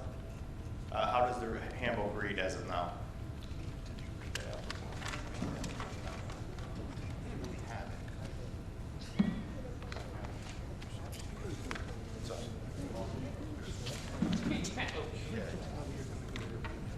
The handbook currently reads, students are forbidden to carry any type of weapon or simulated weapon to school. Strict disciplinary action or legal actions will result of this occurs. Any person who knowingly has in his possession any imitation firearm in or upon any part of the building or grounds of any school, college, university, or other educational institution without the written authorization of the governing officer of the institution or while on any school bus is a disorderly person. Students are encouraged to notify a teacher, guidance counselor, or principal if a classmate makes a statement leading them to believe that the classmate may do some harm to himself, herself, or to anyone else. Student confidentiality be guarded to the greatest degree possible. For further details regarding prohibited weapons and consequences for weapons, for various weapons-related offenses and other assaults, please view board policies 8467 and 5611. See the following link for the full policy. So what do those policies say? I don't have them in front of me. So basically what I'm asking you is, does your new policy give you the right to control my kids at home? I'm sorry? Does the new policy read as the old policy read, that you had the right to control my kids while they were at home during the school year? So I have policy, actually I do have policy 5611 in front of me, which deals with removal from pupils from the general education program for weapons, firearms, and fences. If you want me to read it, it goes on for about a page. No, if you could just, could you just answer that question? So in this particular case, these kids were not at a school function, correct? Correct? I'm not getting into a discussion Okay. about the student. All right, so I'm just not going to entertain so, that discussion. All right, so going forward, I'm a competitive shooter. My son is as well. Is a skilled marksman. Right. So going forward, I have a YouTube channel because we're not originally from here. So my family sees these videos on YouTube. I frequently post these videos on the internet. Is my son going to get suspended from school?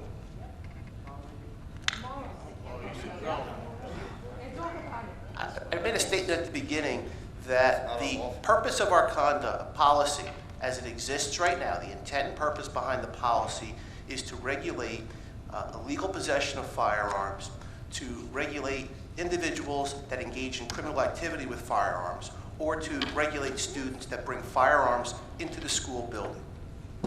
Correct. According to the Safe School Act, you said earlier. That's what I said. Correct. That's exactly what I That's said. exactly what you said, but that's not what happened here.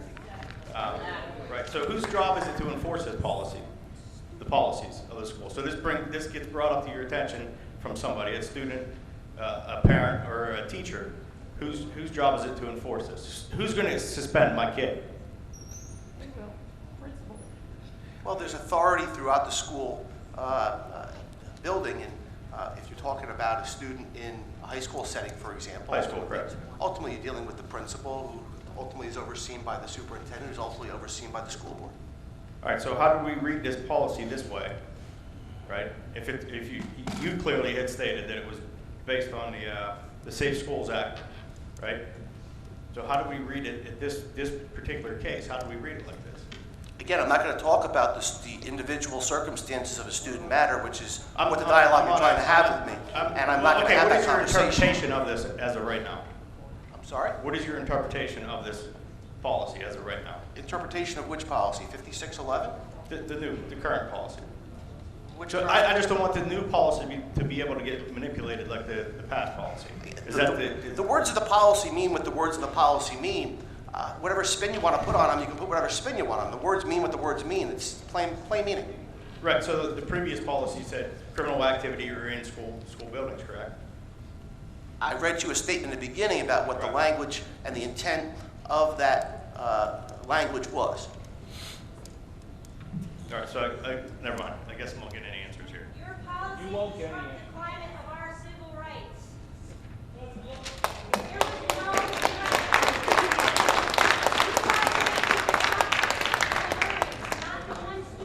Thank you very much, Martin. John Amoroso, Radcliffe Road, I believe that's Lenoka Harbor.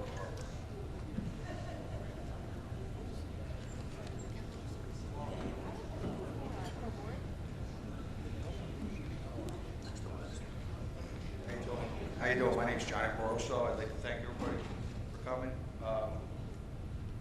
First, I'm not here to bash anybody. My only concern is the judgments that were made. Okay, I'm 48 years old. Okay, I was brought up and raised to respect everybody, and I was taught from day one. You have in your life. Remember, the judgments that you make will follow you for the rest of your life. When I understand these kids made perfectly good judgment call on what they did. The way I see it, and from what I'm taking, I could be wrong, just a bystander. The judgments that you made were wrong. So that will follow you.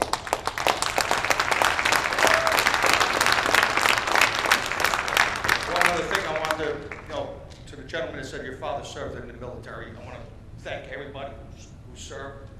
We got.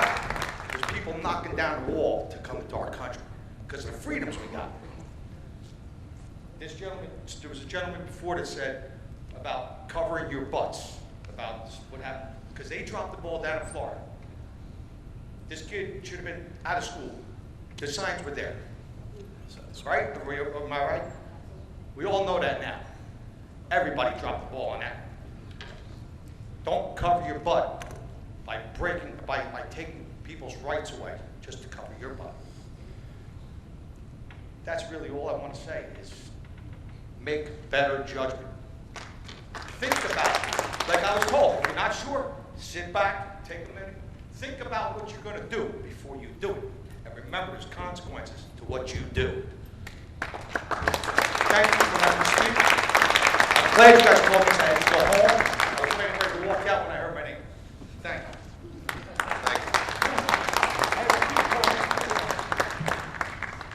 Jack Shaft, 1215 Ocean Street, Forked River.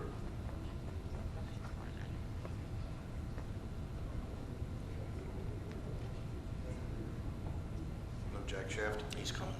Oh, all right. Good to see him.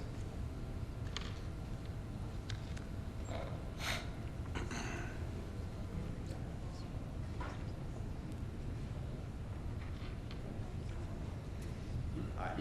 I was just wondering, you said this policy was on since '95. How many times was it used before this? Yeah, I'm not aware of any incidences where that particular policy was utilized. And you didn't know that the policy was on there, you said? You weren't aware of it? I was not. Well, who told you to use that policy against these kids? I want to answer that question, but I can't talk about student issues. The only thing I will say, again, we're not going to discuss student issues, but we did make a statement that that particular policy has not been utilized anytime in the near future, so that would certainly cover the current circumstances that that policy wasn't utilized. Well, you're saying you didn't know that the policy was there, so someone did not obviously use it. told you that you could use that policy against these kids. And also, if you're going to hire kids, what did he say, people to protect the school, hire competent ones that are not going to drop their weapons, that you're going to need smart weapons. Thank you.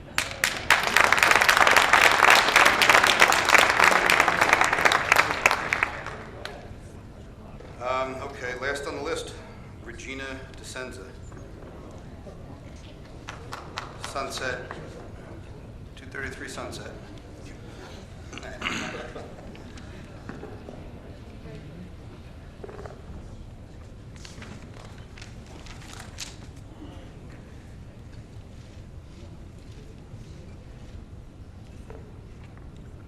Long night. Regina DeSenza, Sunset Drive, Sunrise Beach. And by the way, I didn't just stop in tonight for this one meeting. I've been here for about 45 months straight. I don't think there's anyone else in this room that's been present for over 45 months straight, not even the board members.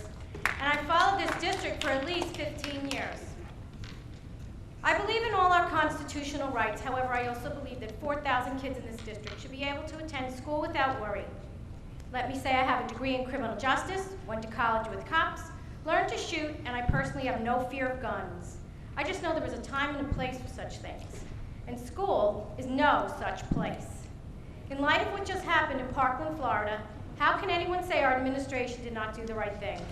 Enforcing policy. No comments from the peanut gallery. You all had your time. Be quiet. She's right. She's right. Robert's Rules of Order. She's right.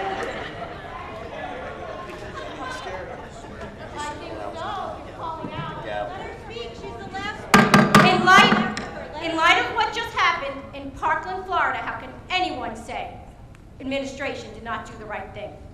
Enforcing policy or rules is administration's job. Students know the district has a code of conduct and behavior policy. Parents should know there is a code of conduct and behavior policy. We all know decisions like this need to be made sometimes, and they may not be very popular. But I don't know, why is the gun lobby attempting to exploit children and the privacy of students? I think that fits the definition of hypocritical. Since when do we attempt to discuss confidence? Sir!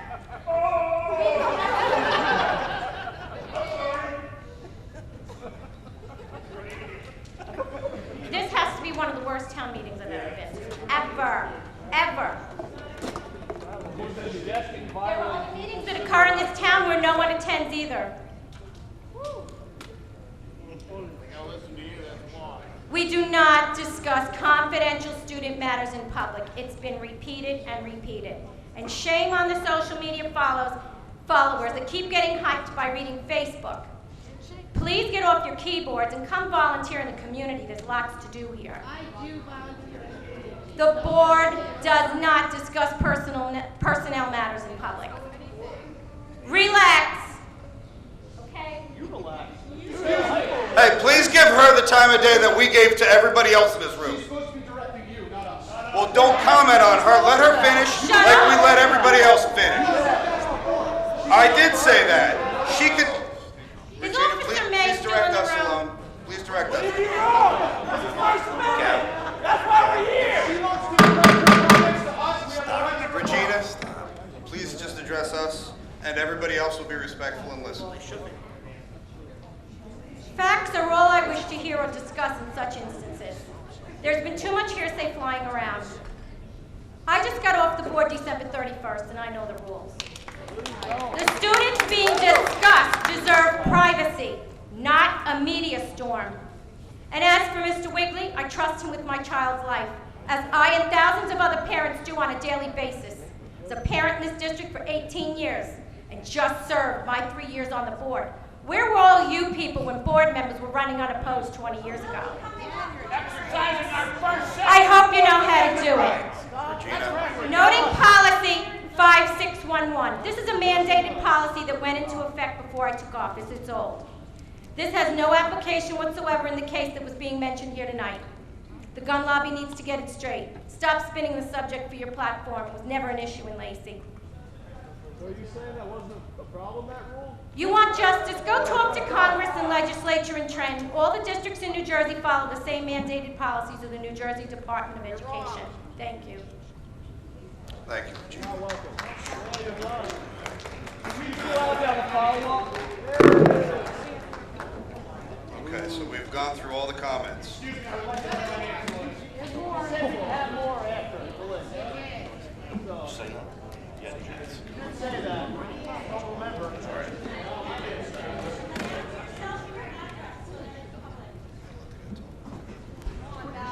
My name is John Pinto. I live at 918 Kearney Avenue, Forked River. I'm not even going to talk about what was just said here.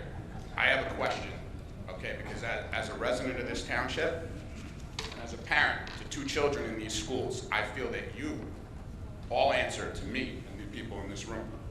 So I have a question that I want answered right now. Tomorrow, when I take my son to the range and shoot, what are you going to do about it when we put it on Facebook and he puts it on his Instagram? Nothing. And you can answer that question, Mr. Attorney, because this is not in regards to them. This is in regards to the policy. That's a very easy answer. When information is reported to a school district, it's like anything else. It's evaluated based on its individual merits. Again, are you going to let me speak, or is the chicken gallery going to cut me off when I'm trying to talk? So, I'm listening. If something is reported to the school district, it's evaluated on its own individual facts and merits. So I can't tell you what's going to happen on a hypothetical situation. I can only tell you what I read before in terms of what the intent is. And the intent is, in terms of gun possession, if there's a legal offense that involves a criminal possession of a gun, or involves a crime involving utilization of a gun, or if a gun is brought into the school building, that would be a violation of the school policy regarding possession of guns. Okay, let me rephrase my question. I Sure. understand. I take my son to go do whatever event outside of school. We post it on social media and it offends people and they contact you. What happens to my son? There would be an evaluation done based upon the individual factual circumstances associated with that particular incident. Who does this evaluation? That would be done based upon who it's reported to and which school it's in. And like I said before, that would go through the building principal, through the potentially through the superintendent, potentially up to the board. It depends on the circumstances. So basically what you're saying is, if I take my son to go do an event and somebody has a problem with it, I have to worry about what punishment or discipline you're going to levy on him.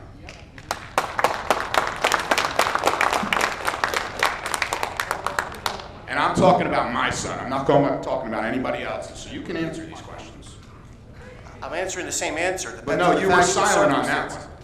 It depends on the factual circumstances, the factual I incident. take him to the gun range, he shoots, I take pictures, we put them online. And somebody like the person who just spoke here calls you and has a problem with it. What happens to my son? He's got a problem with it too. This is getting very redundant. No, it's not. It's very redundant because you're not answering the question. I can't answer. You can answer this question. I'm sorry, respectfully, you can answer this question. Respectfully, I am not going to get into hypothetical scenarios, which is what you're posing. Okay, no That is problem. not a respectful question that I can answer. Okay, it's a question. Okay, but it's not an answer, a question I can answer because I don't know what all the factual circumstances are, and I'm not going to try to surmise what they are. Okay, I see here, obviously, no matter what we say, no matter what questions we ask, in the correct way we ask them, you're not going to give us an answer. So we're just going to have to see what happens, because I will be taking him tomorrow, and I will be posting pictures online. And then if anything happens to my son, I promise you, it will go way further than a Board of Education meeting. Now, also, as a parent in this school district, since you all answered to us, I am demanding an investigation be taken place in regards to staff and administration in these schools when it comes to the indoctrination of our children.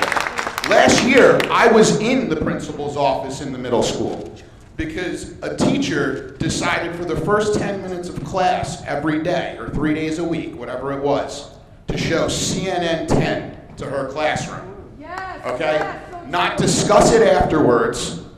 No. Can we all agree right now that the media nowadays, whatever side you're on, is extremely biased? Okay? It's extremely biased. You can't just show one side to kids. Okay? So this is the stuff that's going on in your schools. Okay? But let you sit here and you act like you don't know and you won't answer questions. So I'm demanding an investigation, and I will give you my information. I expect a call. That again. Okay? I didn't get your name. My name is John Pinto. Pinto? Yes. I live at 918 Kearney Avenue. And something needs to be looked at because there's way too much going on in these schools. I mean, it's at the point now where we got our kids coming home, we tell them something, they tell us we're wrong because the teacher said it's supposed to be this way. And listen, teach my kid science, teach my kid math, teach my kid history, real history, not politicizing it, okay? And then leave the rest to us. Thank you.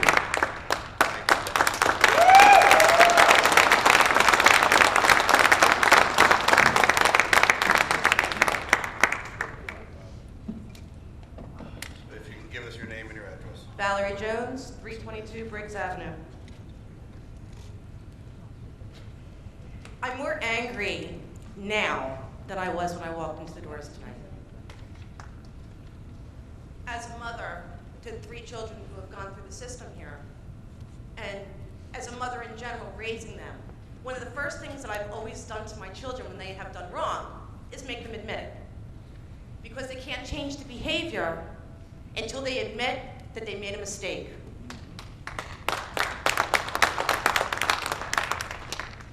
You have made a mistake. And I've sat here tonight, and I've watched some of you roll your eyes, some of you play with your pencils, some of you play on your phone. It shows a stance of arrogance to the community here. As a mother to a child still in this school, I demand answers.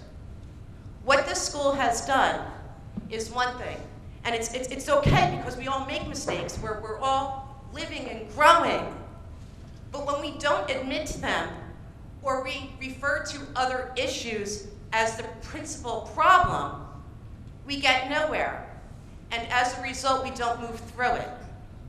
I can guarantee that when we came in here this evening, had we met with a board who apologized, who just simply apologized for making a mistake. I have read the documents through social media that you claim are rumors that came from the school that specifically states that these children were not reprimanded as a result of a social media post.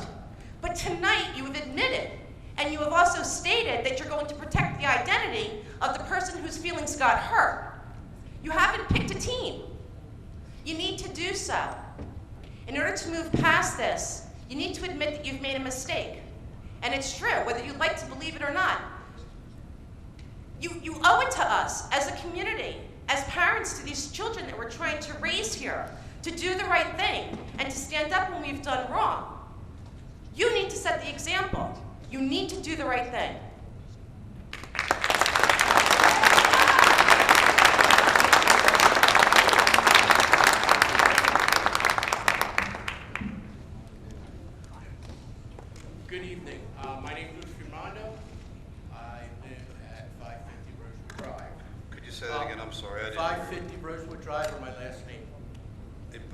first name? Fiordimondo, Fiordimondo, Junior. I would like to start with Ms. Clark, Ms. Downing, and Mr. Miranda. As young ladies, If you could do me a favor though, watching if you reviews could direct all tonight, comments. Excuse me. And I'm giving them a compliment, lawyer, not you. I don't need one. But if you could follow proper protocol and direct your comments to the board president, that would be All right, appreciated. Mr. President, I would like you to thank Dr. Clark, Ms. Downing, Mr. Miranda. This entire evening, I have watched them not once. So the young lady had, I guess, used the facilities. Not once did they look away from people standing here. And I appreciate the three of you for doing that for 1 year. Other people, no offense, Mr. President, looked at people smugly and smirkly tonight. Some didn't even look at people throughout the night. That really bothered me.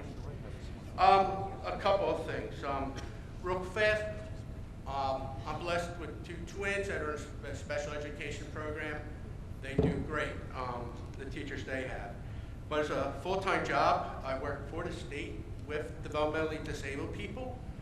And what I heard tonight, spoke by the lady over here, was pretty appalling. I do know if one of my staff members or coworkers addressed special needs people where we work, they would be basically no longer employed. We would make sure they're reported and gone and reported onto the system. So I think personally, if that case is true, she needs to be removed and placed on the, as we call it, the naughty list. About tonight with the rule, the 365, I've had a problem with it since my 16-year-old started high school this year, where you can reach into our private life. A lot of people here have talked about it. I don't care what the situation is. I don't care if it's a gun, my daughter doing whatnot, whatever she feels like. It's my job as a parent to discipline them, not the school. And I don't want to hear the lawyer rhetoric about whatever the policy is. It doesn't matter to me. It doesn't belong unless my child or our children does something specifically to the school or in the school. It's the only time they should be disciplined. Yeah, Tab, what would you like to say? Nothing. You were tapping your mic like you were going to say Turn something. my microphone off if you notice it's not on. Beautiful thing. I'm sorry, I turned the microphone off. I was making sure it was off. Okay. But I think a lot of people, that's their main problem here, is you guys reaching into our private lives of our children, violating whatever amendment these people want to talk about. It's not your place. It is not the school's place. One thing I will say, our children need to learn the old term, sticks and stones. We break our bones. You know, it worked pretty well when I was growing up. So if somebody gets offended, I'm not sure what you meant, about a picture somebody puts on Facebook, they got to deal with it. Yep. You guys have no right disciplining your children. Seriously. I don't know why you're grinning, Mr. Lawyer. Why is that such a problem about the school not disciplining? Mr. President, could you ask your lawyer why it's a problem that not having you discipline our children? It's not a hard question. It's not a hypothetical question. I want an answer. What gives you the right to step into our lives? Where did we give up that right to be a parent? When you're not, my child is not in your, it's not a difficult question. 7.5 hours a day, you have them. They screw up, send them to suspension. I don't care. I don't know. There we go. The simple answer is this. Probably, and I would say definitely, the most important function that a school serves is to preserve safety. In school. In the school, In absolutely. school. Not at home. The That's my most job. important thing that a school can do is to job. preserve safety and security in the building in which the students are located. That's the most important thing. Then why are you disciplining our children at home?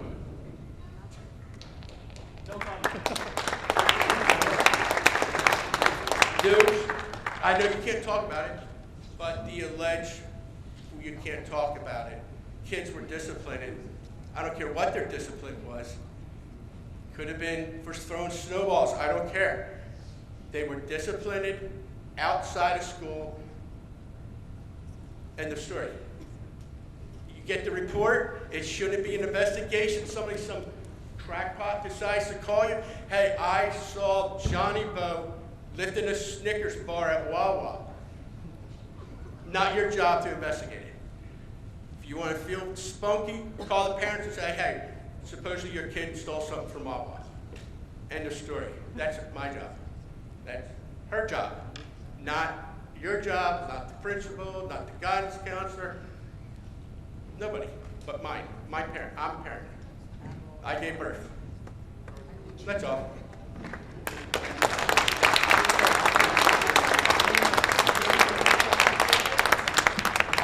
Lynette Poole, P.O. Box 454, Fort River. I came up here to speak tonight. I'm a parent of 3 children in this district, ranging from kindergarten, who is also a special ed student, all the way up to high school. One of the questions I just wanted to clarify is, my understanding is as a Board of Education, you're elected officials, correct? Yep.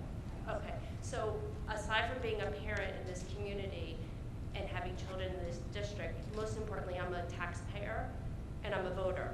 And I'm proud to be here tonight, united with my community to stand for something we believe in. In contrast, there's many other communities that have had devastation surrounding the topic of firearms.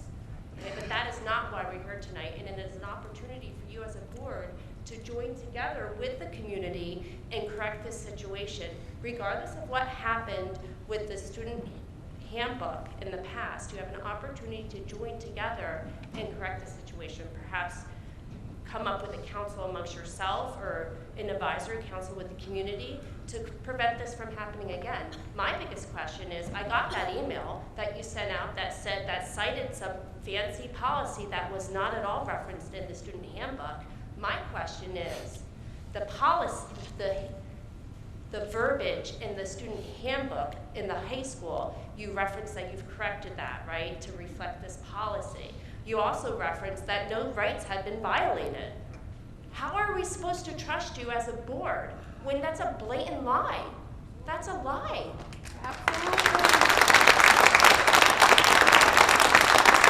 We were not talking about that policy. We were not talking about the policy 5611 or whatever it was that you guys cited. We were talking about wordage, verbiage, whatever you want to call it in the fancy terms that were in our high school handbook that was used to discipline students. And I want to know right now, and answer a question for you, was that verbiage changed in the other handbooks in our other schools in this community?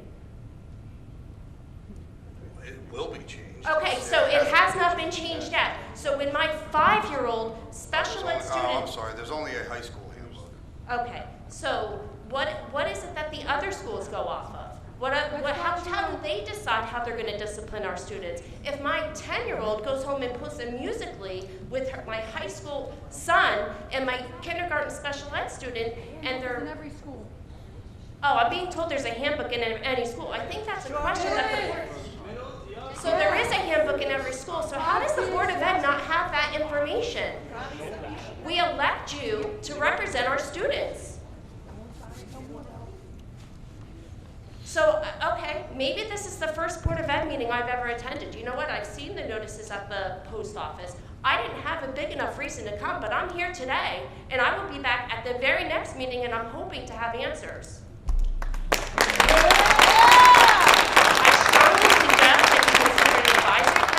Something to get a grip on this, okay? Because social media is not going away.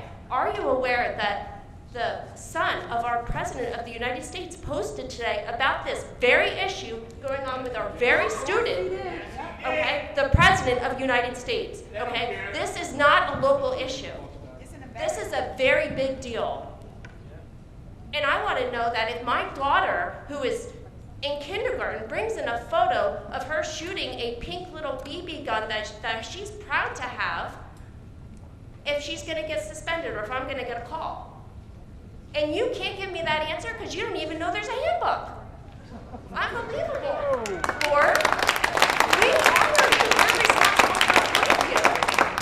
Come on, let's move forward. Let's move forward, but make this right. And I do have to say, for you, Mr. President, it is embarrassing. It is absolutely embarrassing, whatever those rhetorical comments that you were making from the peanut gallery, or however you reference me and the citizens of your community that you represent, not okay. Not okay at all. Shame on you. So I will be back next month, and I will make sure that whatever I can do to bring my fellow community members, we will be here. We want answers. I also want to know, okay, so you guys are elected. We vote you into this position. Is it a salaried position, or are you guys paid for this? Okay, it's volunteer. So thank you for your service, especially tonight, because I'm sure it hasn't been fun. So we appreciate that, right? But let's work together to make this better.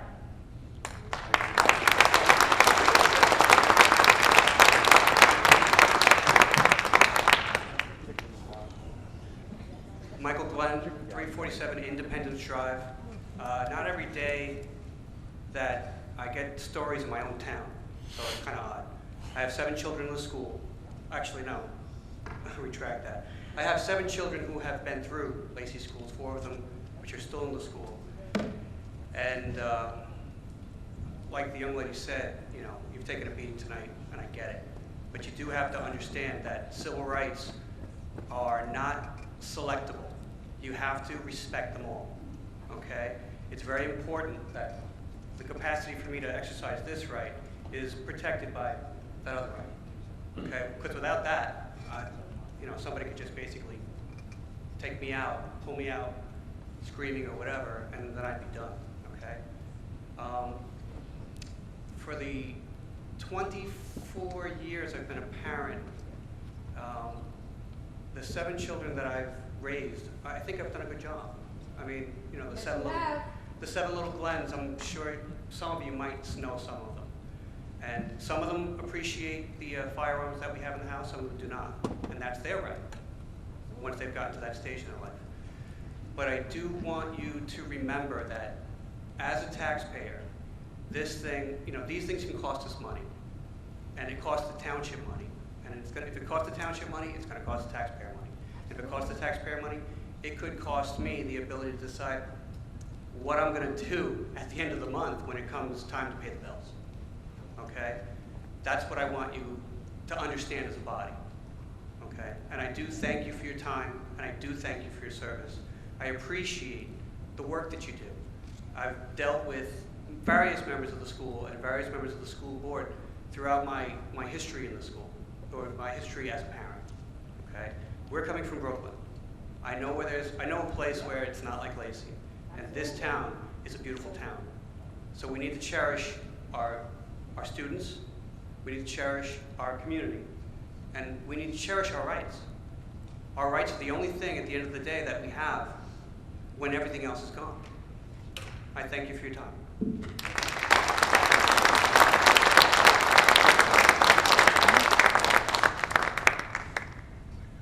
Heather Melanson, 1512 Tamiami Road.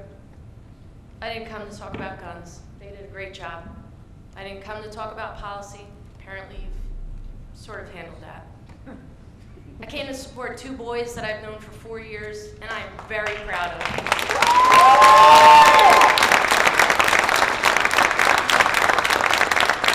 Whenever I've made a call to the school to speak to one of the teachers, what I say, and I will continue to say, and I will see you in the summer to talk about further, know your students.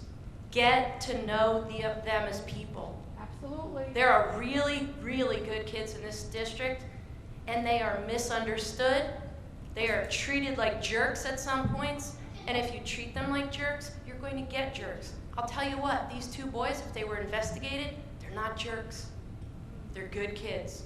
And I'm really sorry to see what has happened to them, but I love that our town has come to rally behind them. Good job, Lisa.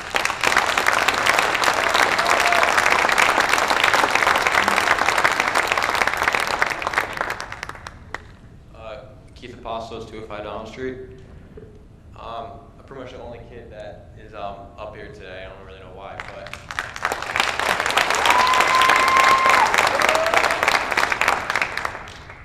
I'm not here to give anyone advice on what news to watch or pretty much anything like that, or to go to the next board meeting or not. More, I guess you can say advice to people up there. I've been an athlete pretty much all my life. From when I was like 8 years old, a student, and I've been working for the past couple years. And one thing I can say is if I was on my phone in class or not paying attention to someone speaking to me directly or just being disrespectful to someone, I'm not going to get respect back. And I don't know, when you come in here and you ask us to give you respect today, but you don't give us any respect. So I don't know how you expect for us to give you respect back. I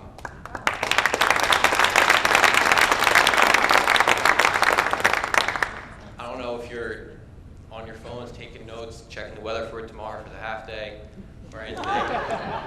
But if you're gonna come in here and ask us for respect, I think the least you can do is try and give us some respect back. Thank you.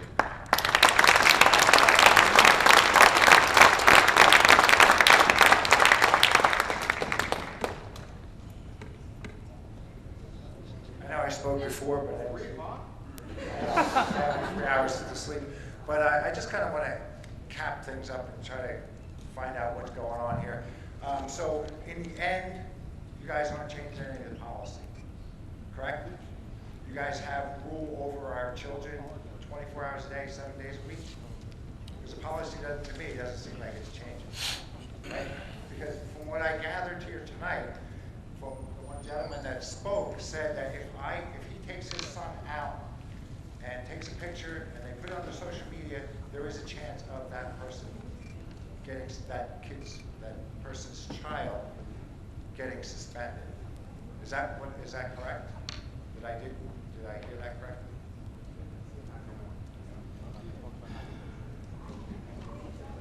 Good answer. So the question is, if you go out with your child and your child posts something on social media outside of school, will that child get in trouble for that post in school? Yes, well, they get suspended like the 2 kids that happened. You want to give me an idea of what that post is? If I take my son out. Anything you don't like. Right, if I take my son out on my own personal time. As much as I want to answer all of these questions, I honestly want to answer every one of these questions. And I've been sitting here all night. Honestly. I am. So can I make a suggestion when it comes to social media?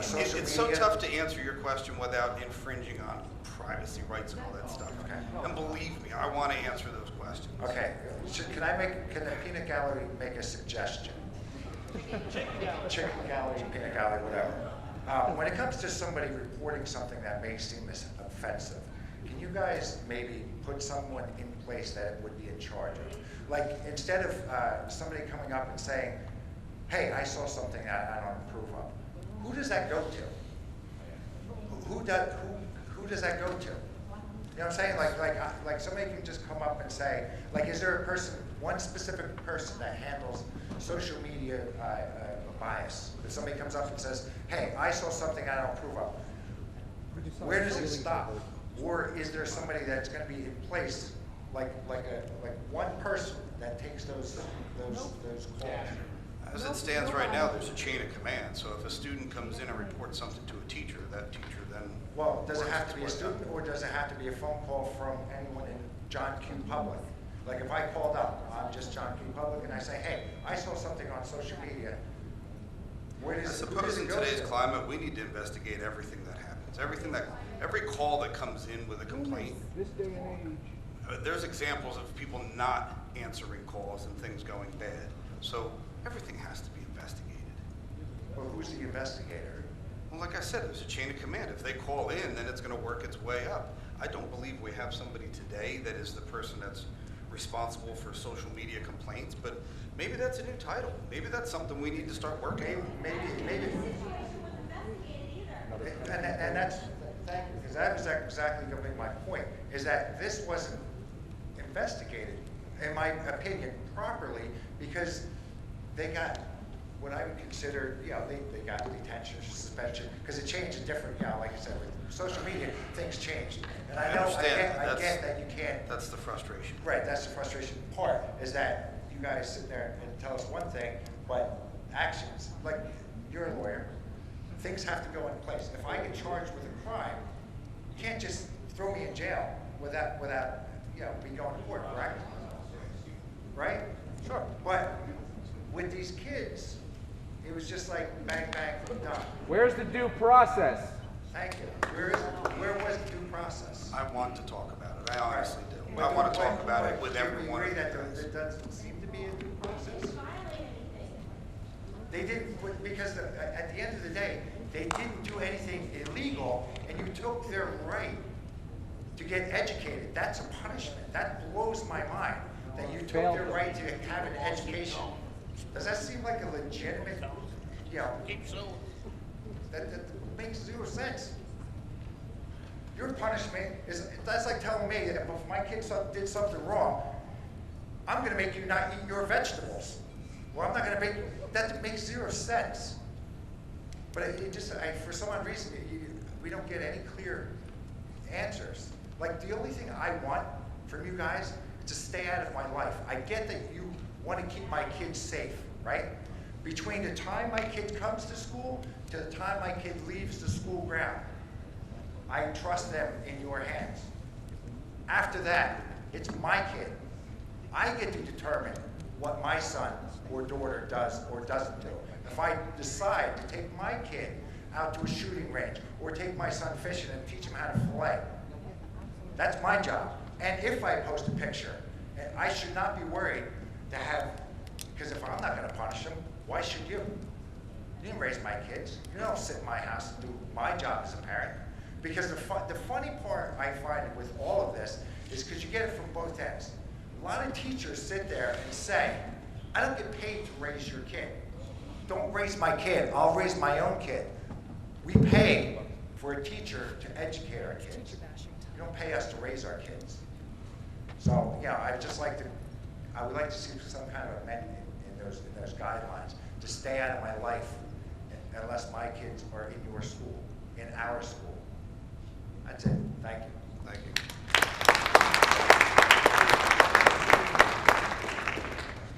Do you mind if we take a quick recess so that we can go use the restroom and whatnot? Can I say one thing? 2 minutes. Okay, and then we'll take a recess. First things first. I can't believe we didn't I'm recite the Pledge sorry. of Allegiance. Could you give us your name and whatnot? Yes. Daniel Weir. I live on Tappan Street, Forker River. Did you? Okay, I didn't hear it. Number 2, our attorney.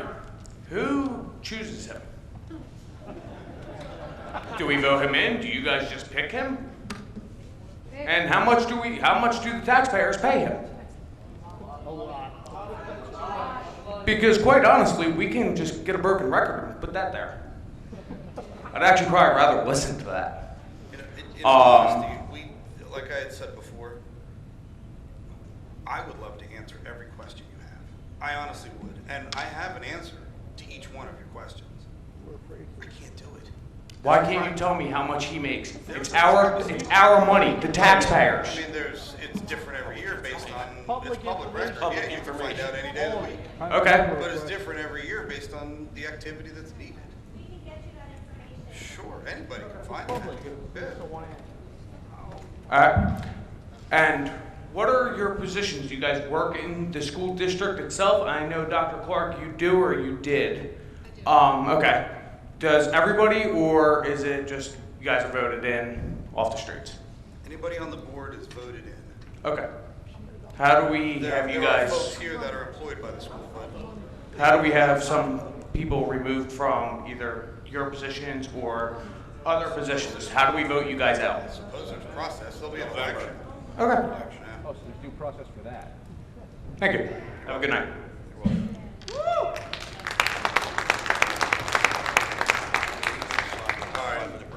Are there more? Because we want to grab a quick. Okay, if you could let us grab a break real quick, and then we'll be right back. Well, can we maybe? If it's okay, we'll take a break. Just a 2-minute break, and then we'll be right back.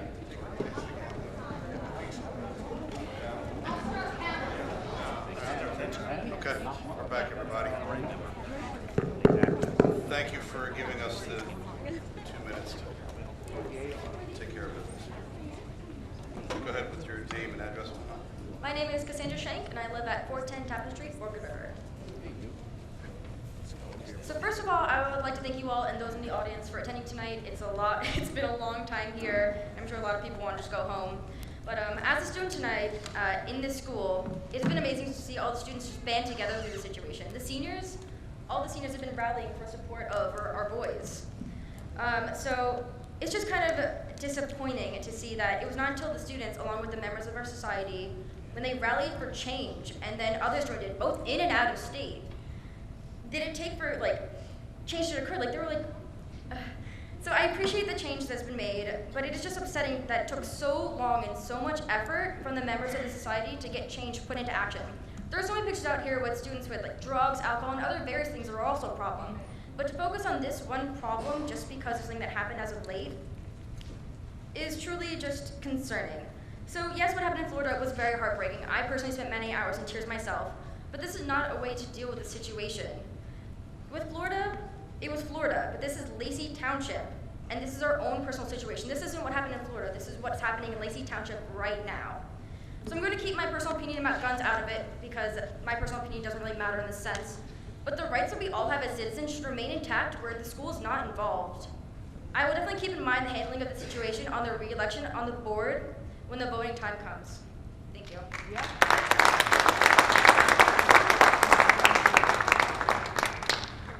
Hi, my name is Angelique DePinto. I live at 322 Briggs Avenue.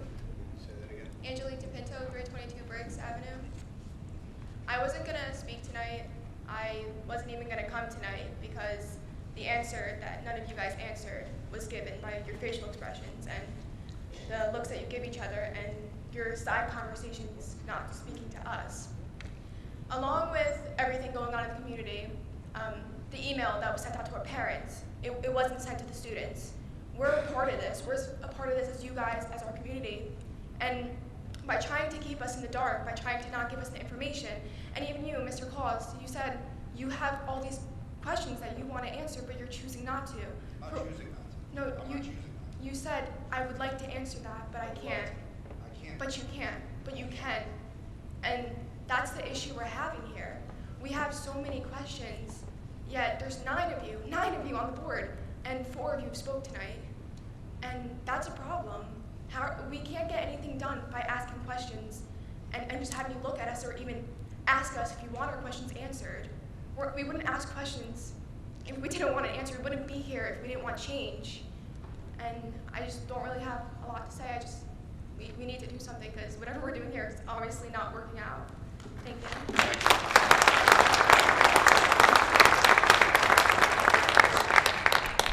I'd like to see if I can just have a quick follow-up on my earlier comments. I think I actually might have a question to ask that you might be able to answer, and a possible solution that will make everybody on the board and most of the people in the audience here happy. We all know what happened in a lot of these shootings, especially in Parkland, Florida. We know that there were crimes committed and there were mental health things that should have been recognized, and the police and the FBI failed us. I know we have an attorney and we have a former law enforcement person up there, so I'd like to specifically, if I could, Mr. President, ask them a question. Is that okay? You good, Nick? I know the main thing we have, we're looking at here is trying to balance safety, which we all want. I want my students, my kids to be safe in school versus civil liberties. And I think both of you will agree, well, let me ask you, if somebody says something that's a threat to do harm to somebody else or a group of people, and the police were to investigate that would be a crime?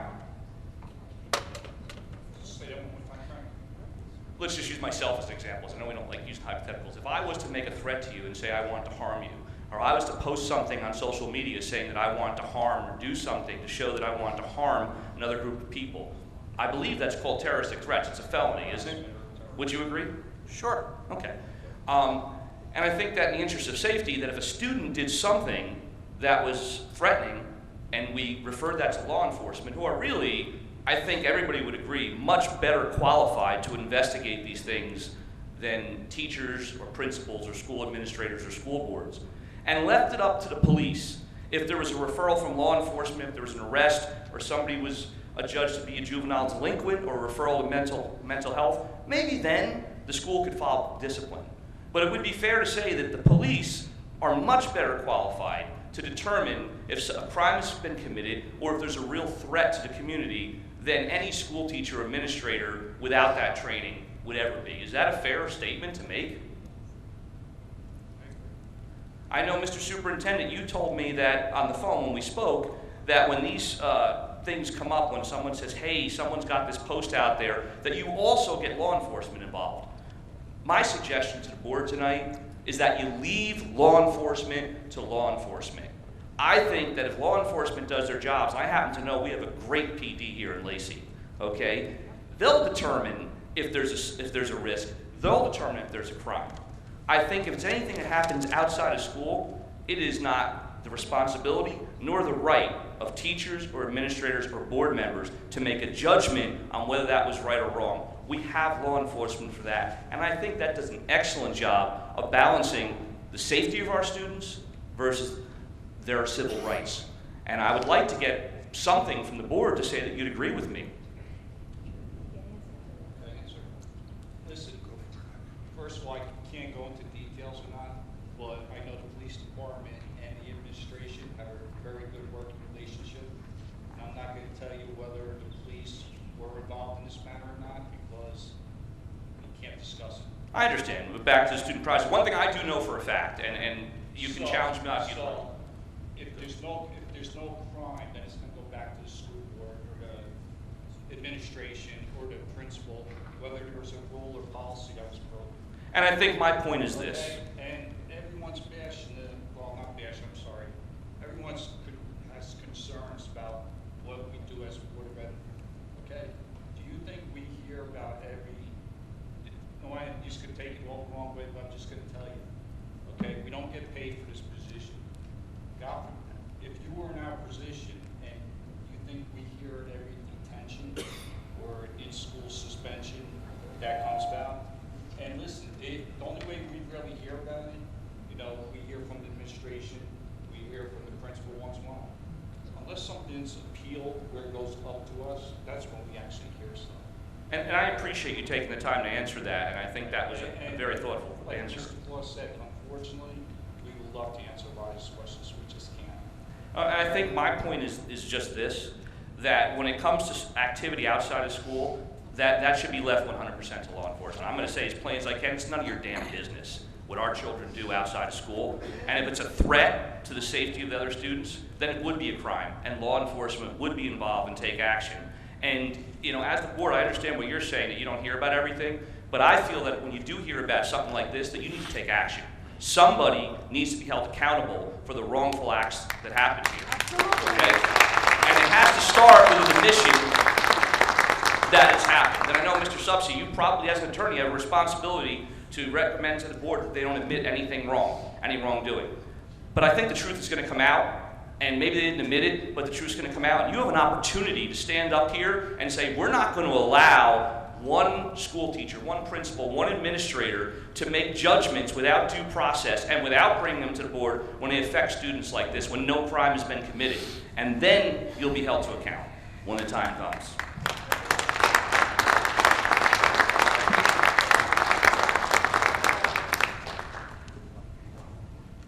How's it going? My name is Mike Rondella, 318 Lawrence Drive, Little Harbor.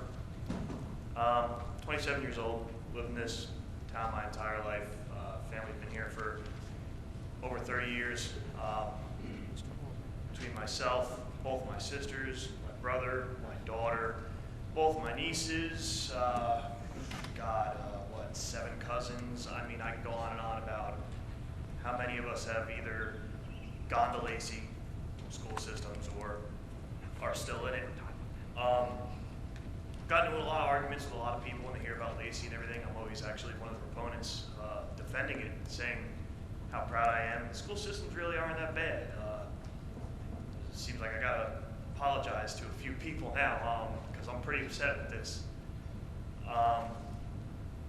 When our own government, as Americans and people of the United States, when our own government, when our own president doesn't have the capability to take our rights away, what gives that power to the 9 of you?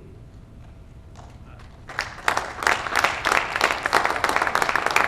I understand you just enforcing some sort of rhetoric when you didn't even know it was in the handbook to begin with, which again, and I understand, and honestly, I'm sorry. I'm doing a lot of venting here.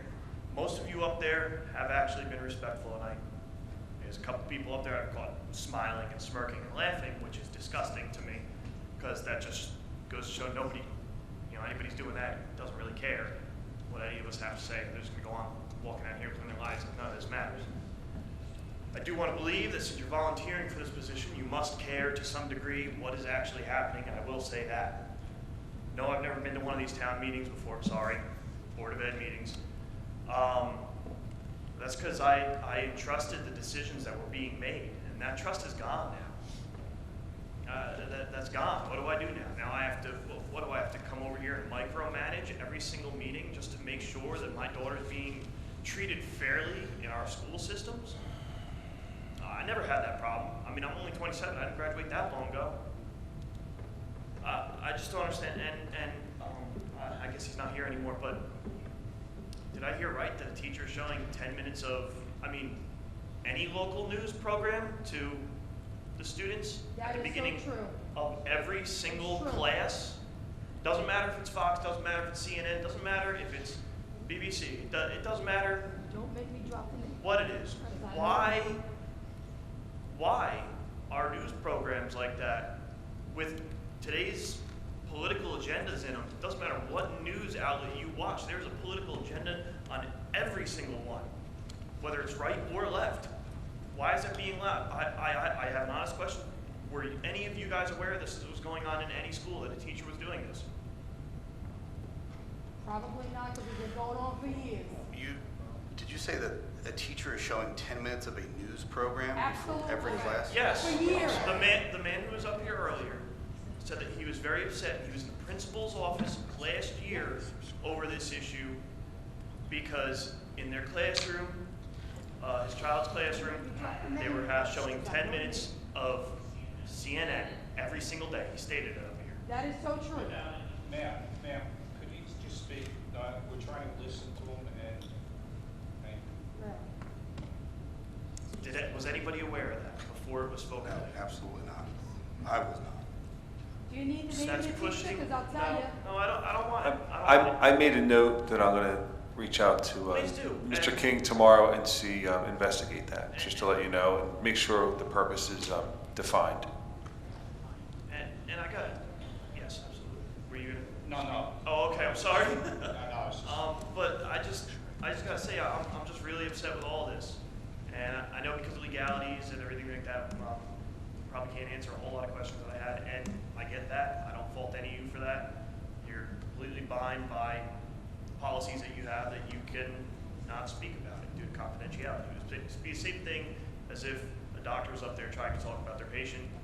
They're bound by law, they can't do it, and then you'll just get in more trouble for doing it. I understand that. But, I have other examples. I have a 7-year-old daughter. A couple months ago, and it was no big deal. I was always told you defend yourself. 7-year-old daughter, she got smacked in the face with a seatbelt by another child, and she came home, and she was afraid to tell me. So finally, I got it out of her because my mother came to me and let me know that she was afraid to tell me. And my mother said, don't even approach her about it because she's upset and doesn't want you to know. I said, why wouldn't she want me to know? I'm her father. I've been raising her on my own for 6 out of 7 years. So I start questioning her, and she flat out tells me, I said, okay, well, what did you do about it when you got hit? Hit with a seatbelt buckle across the face because of a sports team she likes. Which is fine, kids are going to be kids, but I always taught her, you defend yourself. If someone hits me with something in the face, I'm going to hit them back. And she said that she didn't want to tell me because she knew that I wouldn't be happy that she didn't defend herself like I taught her. And I said, well, why wouldn't you defend yourself? And she told me because she was terrified that she would get suspended from school for defending herself, which is true because it's zero tolerance, and I understand that. That disgusts me. So now I'm learning that our school takes away free speech. Our school takes away Second Amendment. There's no due process. And my daughter feels like at 7 years old she has no right to defend herself? What the hell are you guys doing? And again, I know you're volunteering. I know you guys have your own lives to go about.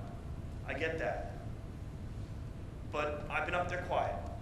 Very quiet all night. I haven't been whooping and hollering. I haven't yelled anything out of turn. It's taken a lot of union meetings to get the practice into that. And quite frankly, this is not better than just about every union meeting I've ever been to in my life. So, I just want to know,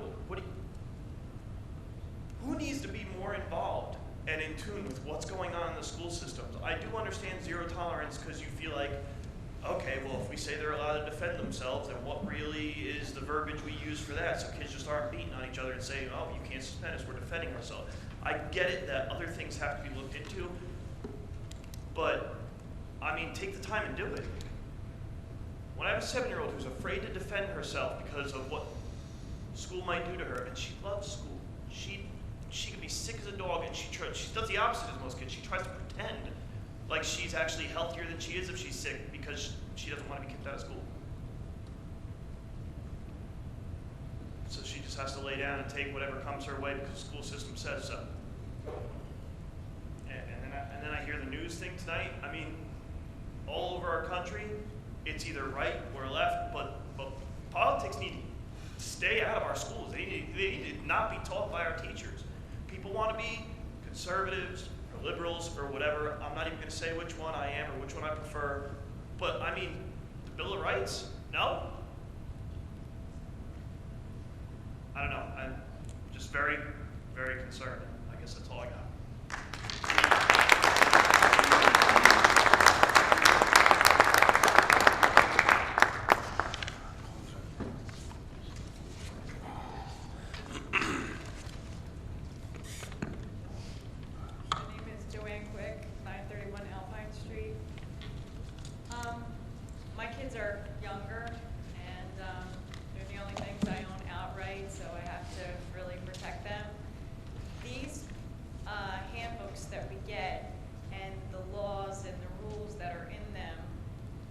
Specify a punishment for each thing that they do, fighting on the bus, disrespecting a bus driver, fighting in a classroom? Is there 3-day suspension? Is there in-school suspension? Is there something, is it categorized and specified what happens to your child? Yes, and I know in the elementary schools they send home calendars and there's guidelines because it's a little different when they're young. It's handled mostly by the principal. But in Mill Pond School, middle school, and the high school, there is a modified code of conduct. It's age appropriate that goes through 5th grade all the way through 12th grade, and that is either on the handbook online or in hard copy. Okay, so when my daughter went to the middle school and the principal was up there talking and we went to the whole back to school night and he was very entertaining with the students and the rules and all that other stuff. Clearly something has happened that we've never experienced before. One of my best friends builds playgrounds for the kids in Connecticut all over the country now, and so I get it. I'm very connected to that. So something happened that blew our school's mind just out of a rumor, and we didn't know how to respond to it.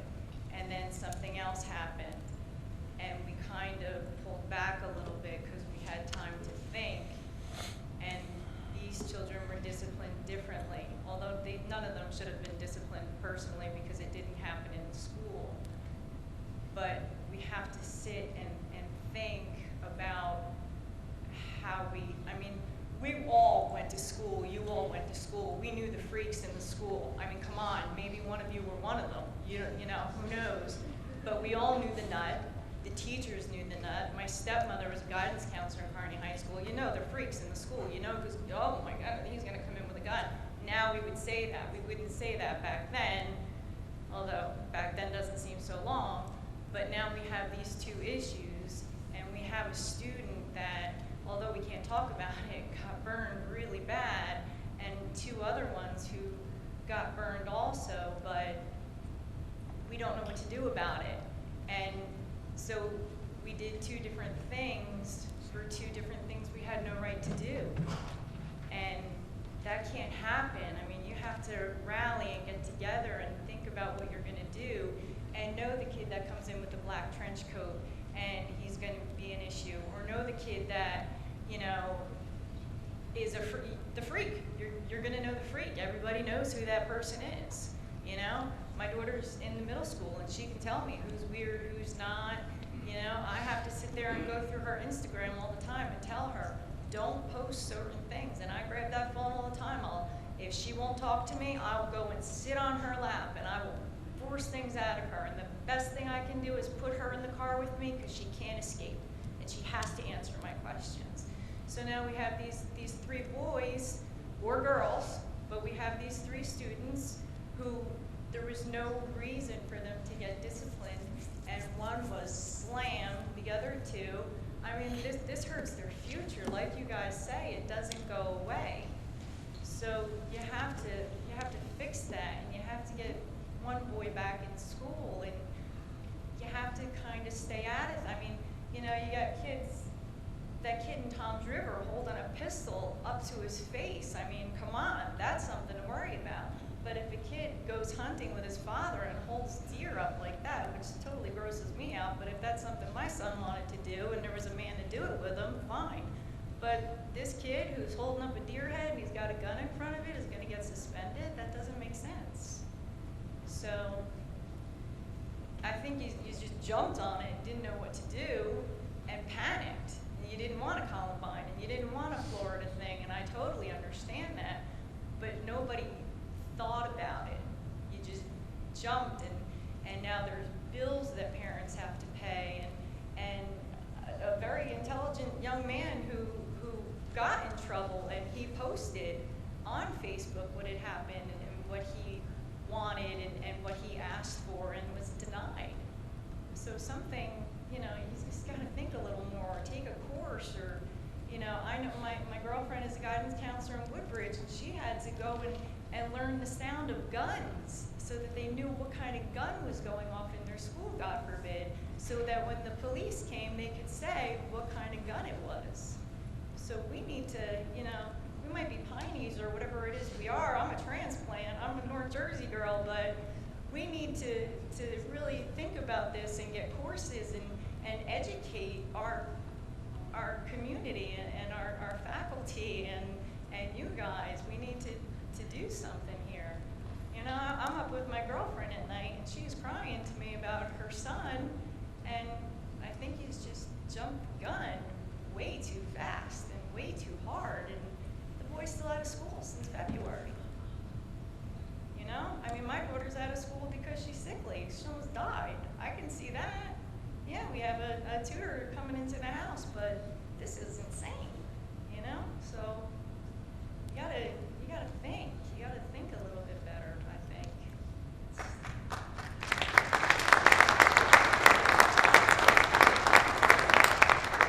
I just want to make a couple brief comments again. Joe Goldberg, Ocean View, New Jersey. First, nobody here really created the situation, but people need answers. Not about certain things you can't comment about, but we do live in a society of laws. Mr. Lawyer, you there?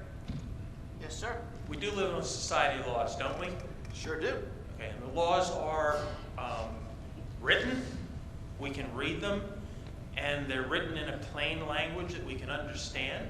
There's not a lot of gray area in the interpretation of most criminal laws, is that correct? For the most part, sure. Okay. Why are the rules in the school seem to be a moving target? They're enforced by people who interpret them either to their own agenda or don't even interpret them and just react. We know nationally there's a safety issue in schools. That needs to be addressed, but not with people that decide that activities that are illegal outside of school, or even activities outside of school, are the responsibility of the school. I do think the school or one of the school administrators, if a complaint comes in of this kind of a nature, even if it's about a kid's disturbing behavior, there ought to be a call to the parents. there ought to be some sort of investigation before the administration just makes an irrevocable decision. Especially since it does seem like it has affected a few people's lives. Would you agree? I would totally agree that on any scenario or factual scenario that would present itself, there certainly should be an investigation and an analysis performed, absolutely. Would you agree that there should be an opportunity for proper discovery and that calling the parents would be appropriate? In most instances? You're dealing in a school setting. It's not the same type of due process that you're dealing with criminal courts. You're dealing with a different circumstance.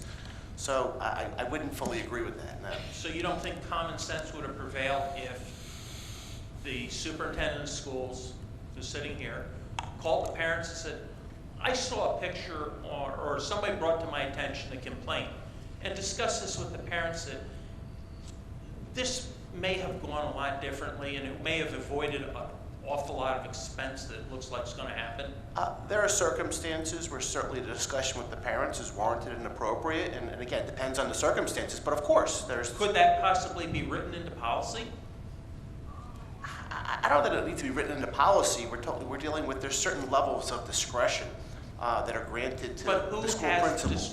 Who has the discretion? There's certain levels of discretion that are granted to the school principal if the principal is the one administering the discipline. So if a teacher makes a complaint, maybe a student says something about the teacher, maybe the teacher exaggerates a little bit. It's been known to happen, hasn't it? You want me to respond to that? Yeah, sure. I mean, so plenty of in that case, maybe a discovery or a conference with the parents. No laws were broken.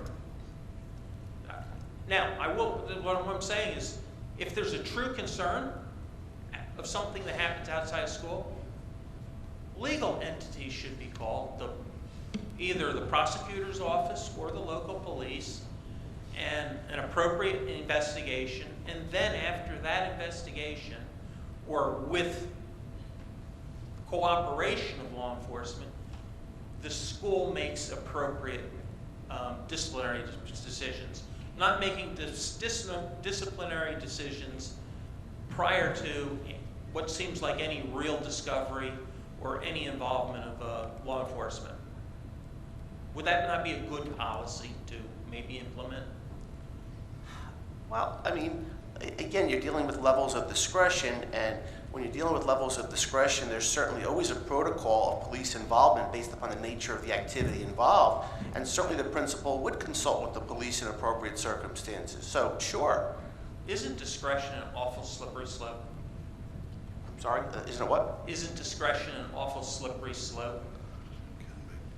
Don't the guidelines have to be awfully stiff? Well, the language and the guidelines speak for themselves, and again, it's a matter of implementing them and enforcing them. So, you know, the words mean what the words mean, and again, then we get the interpretations and all that, but I mean, the language is the language. That's what we start and end with. I'm sure parents read the guidelines. So what I would say to you is this. If there's a dialogue to say, hey, could our policies be updated? Could our policies be amended? Could the policies be approved? That's always a reasonable discussion. And I don't think there's any member on this board that would not be willing to have a reasonable discussion about improvement, about making things better, about making things clearer. I don't think there's anyone up here that has an issue with doing the best they can. I'm bringing that out because I see the board shaking their heads yes, which I think everyone in this room will welcome. If the board had come out and agreed to some of those points or actually made them as a public statement, this meeting would be over. Everybody would have clapped and cheered the school board. But it felt like the school board was defending the teachers or defending the actions of the school, not defending the students or the citizens of Lacey. Well, you're certainly entitled to your opinion and your impression on things. And, you know, and maybe when you hear from a board attorney saying we have to maintain confidentiality and certain privileges. Oh, no, I agree with that. No, but I mean, I'm talking about the public at large. You hear that stuff, and not what you want to hear. It's not the answer that you want to hear. You want to hear facts and information and an explanation for all this stuff. And as Mr. Claus has said repeatedly, he'd love to answer every single one of these questions. I see his frustration. These folks, he'd love to. And I think the other board members would as well. But I have the task of advising the board that we have a higher calling here, that we have to maintain confidentiality of student matters. We just have to. So that's the challenge here. Well, but the issue that I'm bringing up is that if the board said we're going to do a full review of all policies and procedures and indeed the actions of some of the employees of the school and the way things have been handled, maybe we even need to counsel some of the teachers on how to deal with certain situations, because maybe this was overreach or overreaction, or maybe it was appropriate, but it's sure as hell from the answers or the comments that have been made, it doesn't seem like the board was thinking about how do we move forward and make this right for everyone tomorrow. Well, I think the board would certainly welcome the opportunity. And again, I don't want to speak for the board, but I think the board has an open mind here.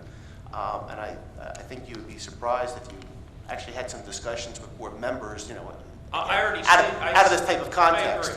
But I think, you know, there's not one member on this board that wouldn't want to do better than they did yesterday, and better the next day after that, and better than the next day after that.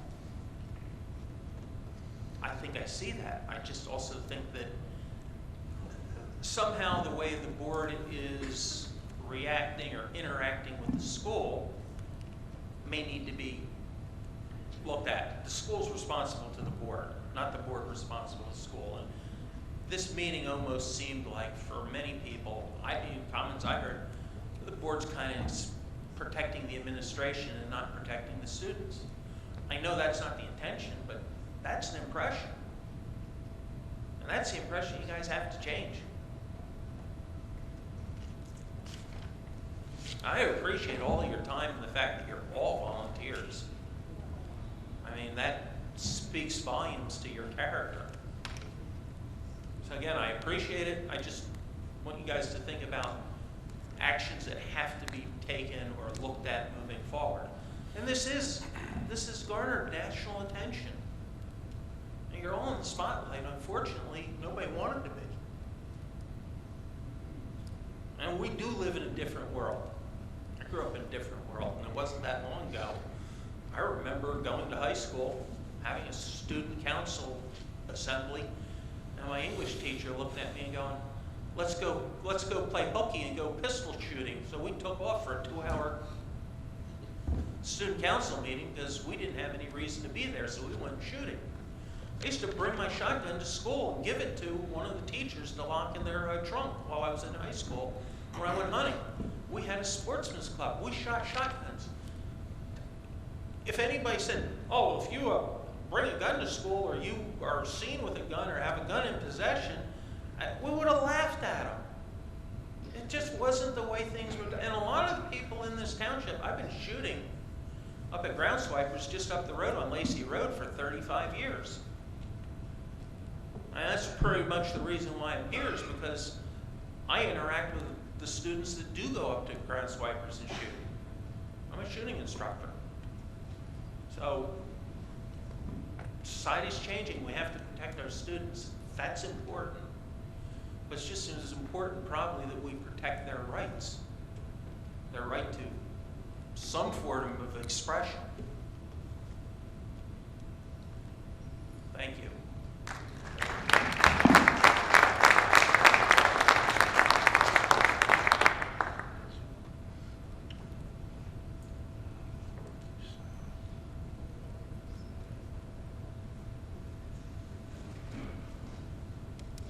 Thank you for the time. RJ Rolick, 2129 Llewellyn Parkway, Fort River. A couple of things that I wanted to bring up. One was, we're all here just under concern. One of the things that I think that has to come out is, I think, it has to dwindle down to the teachers, the administration, of how to handle different things. The school administration has more power than when Mr. Morandi was on the job, questioning a student.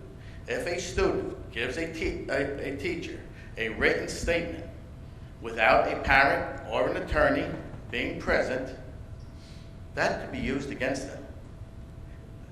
Police officer can't do that. A parent or an attorney has to be present. And I think we need to address that and teach our administration staff how to handle that, because kids could, a lot of things could come out of that. And I think that we're not here yelling at you guys. You guys are here on your own time. You're volunteers, and you're getting beat up, and I think we're all very upset. But it's things like that that really need to be trained. It's training. I just have a couple of other questions. One other question: are we going to send out an amendment to the handbook? I know a lot of people have that. No one asked that, but they had that question. I believe it's already been done. Oh, it had been done? That's what That's already been done as of the other day, and policy 5611 was attached to all the parents and the copies. And I apologize for the students not getting that. Our intention was to prevent that, but maybe we'll follow up with the communication to them. But policy 5611 that Mr. Subsi mentioned had been revised in 2014. That was on the books, and that is accurate. That actually guides the handbook. The handbook was amended to make sure that it reflected the language 100% now. So those two are linked, and there should be no issue. Okay, and parents didn't have to sign off or anything on that, correct? That we didn't receive it, like the handbook or anything like that? No, they did it at the beginning of the year. Okay. One other, but the handbook that we did sign off on is incorrect. And that's why I think a lot of parents in here still have that question, that is an incorrect handbook. And so I just wanted to bring that up. One other thing I want to bring up, a lot of things do happen in innocence. If a student had a picture in their car of a head, and the thing said, "Bang, bang, you're dead," would you tolerate that? What kind of picture are you talking about? A picture of a head, and it says, "Bang, bang, you're dead." That would be cause for alarm. Right up on your board over there is the picture. Where? Right on the side over there, it's a play. Where? In here? In here, yes, sir. And that's one of the reasons I just came down to bring that up. That's innocent. There's nothing, that's a play. That's innocent.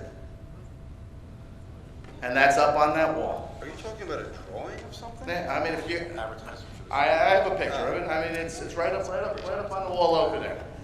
So guys, I just want to let you know, that's just something innocent. The school. The way it was described, the way I was picturing what you said, was a drawing of somebody being shot, bang, bang, you're dead. A picture of a head. That's what was going on in my head. It's a crosshair on the head. I mean, it's good, but that's what it is. I mean, I'm not, I don't have a problem with that being there. That was a play. Some students participated in it, but that's what happens. And that's just one step. Guys, I won't take any more time. Thank you for your time. Thank you.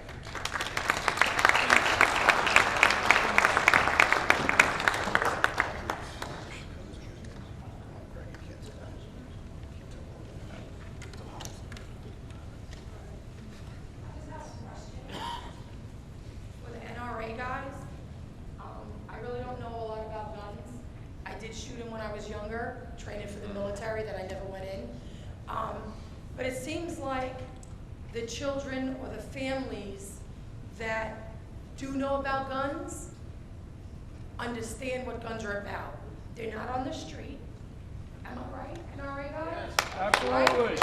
They do know, right? They're not stupid. Yes. And these kids understand who, what, where, when, and how, correct? Yes. These kids are not out on the streets. They're learned, they protect, and these kids are known. They understand what a gun is about.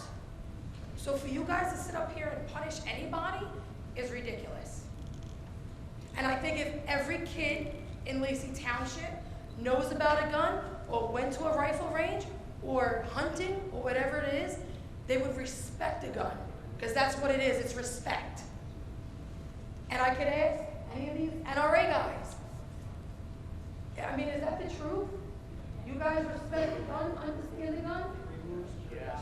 Absolutely. So that's all I have to say. Thank you.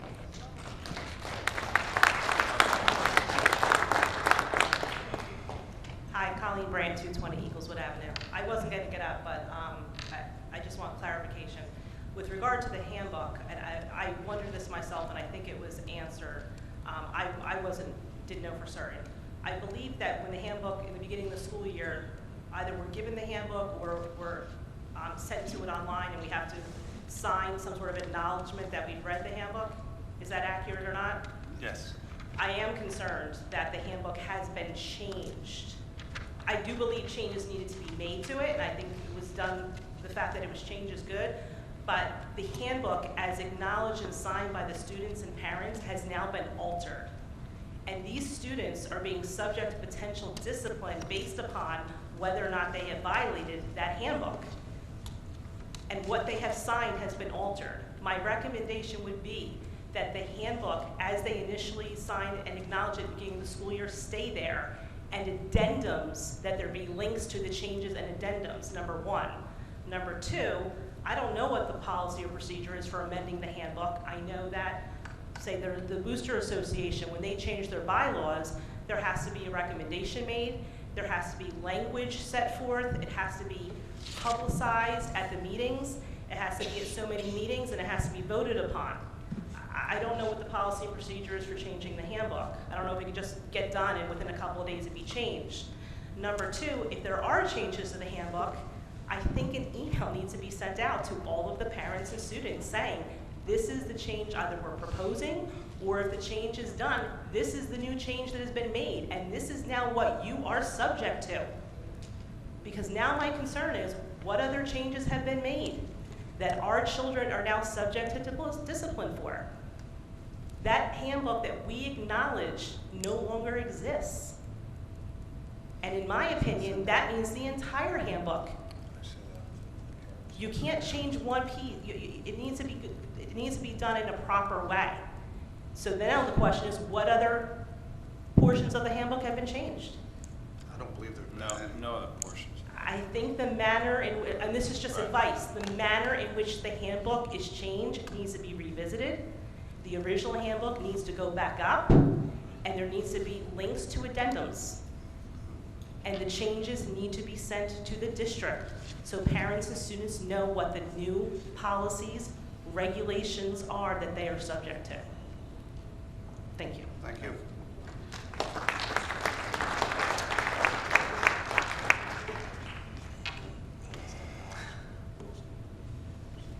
Sorry guys, I know I was already up here, but I do have an honest question. All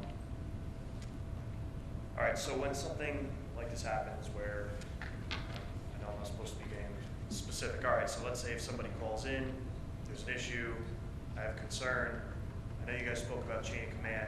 How exactly are the steps taken from that point once a phone call is made to you guys if there is an issue? Like, what is the exact steps? Yeah. So if there, it can vary. It depends on how it comes in, who reports it, who receives it, but ultimately it would go to the principal or assistant principal, depending on who received it. There would be, I'm saying that the process would be dependent on where the source came from and what the report was. If it was an immediate threat or a crime or someone's in danger, they would hurt themselves, that stuff races. But if it's something that fits into the code of conduct, it's in the handbook, that it's something that they would investigate, but that would go initially from the vice principal to the principal, to district supervisor, to Dr. Clark, and then to me. Okay, once all that happens, if disciplinary action were to be taken, is it brought up to a vote? Does it fall on one person's shoulders? If so, whose shoulders? How does that all? Speaking as a former principal, depending on the situation, with my assistant principals, I would collaborate, compare to the code of conduct, and ensure that we were following and implementing that correctly. If it was a question we were unsure of, we would move that up the ladder and ask the question for further verification. But usually those things that are not involving police were handled at the building level using the code of conduct. Okay, I was only asking, and I know you can't speak about this part, but I was trying to just get more clarity on anything I could as to why, and as NRA members, and whether you knew about the verbiage that was in the handbook or not, how once you read it and said, okay, well, this is against the handbook, we have to take disciplinary action, how nobody could say like, well, wait a minute, isn't that kind of against their amendments? I know you can't say anything about it. I mean, it's just food for thought. I mean, that's got to at least be a thought process. I mean, any job I've ever had, I've always got reamed out if I didn't at least think before I took action, before doing something as simple as moving something from point A to point B. Never mind making a life-changing decision on a child's life, especially when that child is aspiring, you know, taking those college classes and everything like that. And God knows the irreversible damage that could have done. Again, I know you can't talk about that, but I mean, it's a simple 30-second thought as to, wait a minute, I know this says this, what's going to happen after? Thank you. Thank you.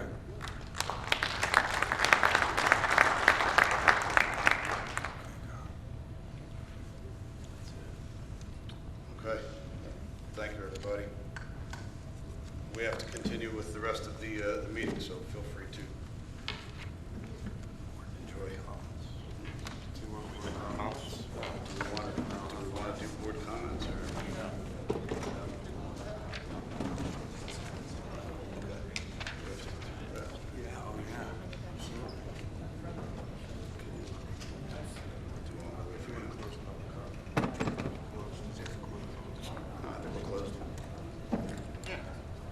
Thank you.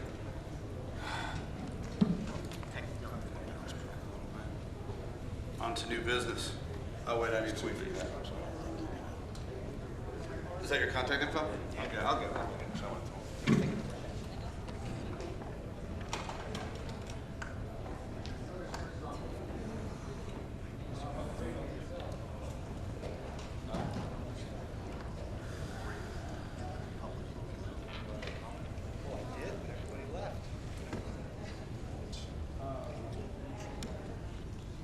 Yes.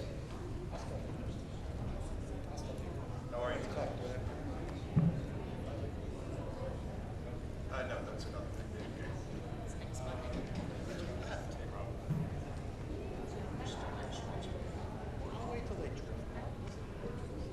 Oh, I didn't think we were doing that.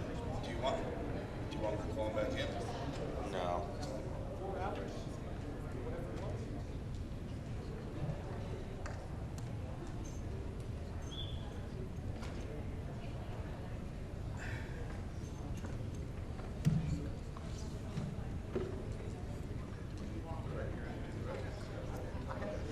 Moving on to new business. Can I get a motion for numbers 1 through 20, please? Second. Who was the first? Sean. Thanks. Mr. Riggs? Yes. Mr. Morandi? Yes. Mrs. Downing? Say me? Yes. Yes, ma'am. I'll vote yes, but I have to abstain on number 2, bill items number 950450. Item, I have to also abstain on 520300, and I'm abstaining also on 953215. Thank you. I'm also going to, abstain on, I am going to abstain on number 5, Mr. DeGeorge. Yes, ma'am. Noted. Mr. Giordano? Yes. Mr. Claus? Yes. Can I get a motion on B, donations? Move. Second. Roll. Yes, sir. Mr. Riggs? Yes. Mr. Yes. Morandi? Yes. Mrs. Downing? Yes, and thank you, everyone. Mr. Giordano? Yes, thank you. Mr. Claus? Yes, thank you very much.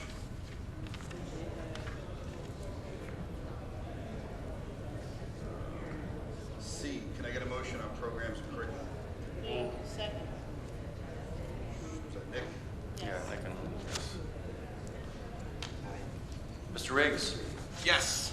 Mr. Morandi? Yes. Where's this at? Mrs. Downing? Yes. Mr. Giordano? Yes. Mr. Claus? Yes.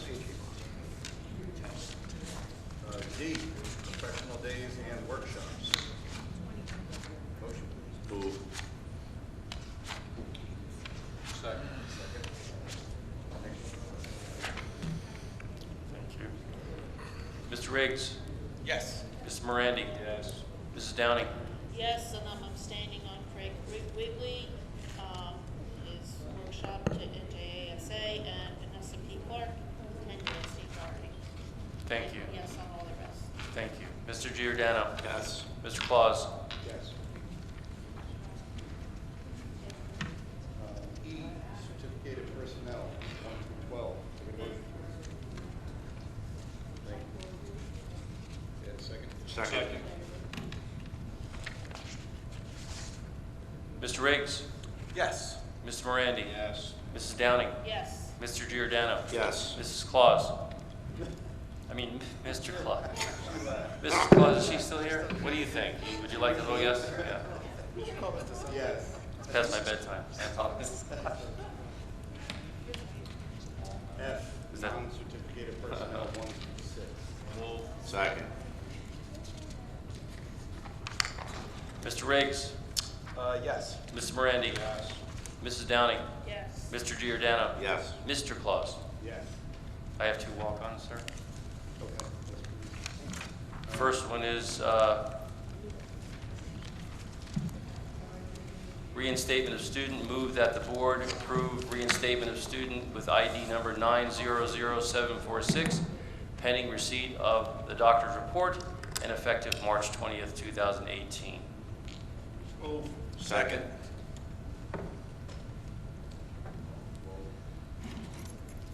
Mr. Riggs? Yes. Mr. Morandi? Yes. Mrs. Downing? Yes. Mr. Giordano? Yes. Mr. Claus? Yes. The second is reinstatement of student. Move that the board approve reinstatement of student with ID number 9022245, pending receipt of a satisfactory danger assessment and further compliance with the recommendations of the building principal. Move. Second. Mr. Riggs? Yes. Mr. Morandi? Yes. Mrs. Downing? Yes. Mr. Giordano? Yes. Mr. Claus? Yes. That's all I have.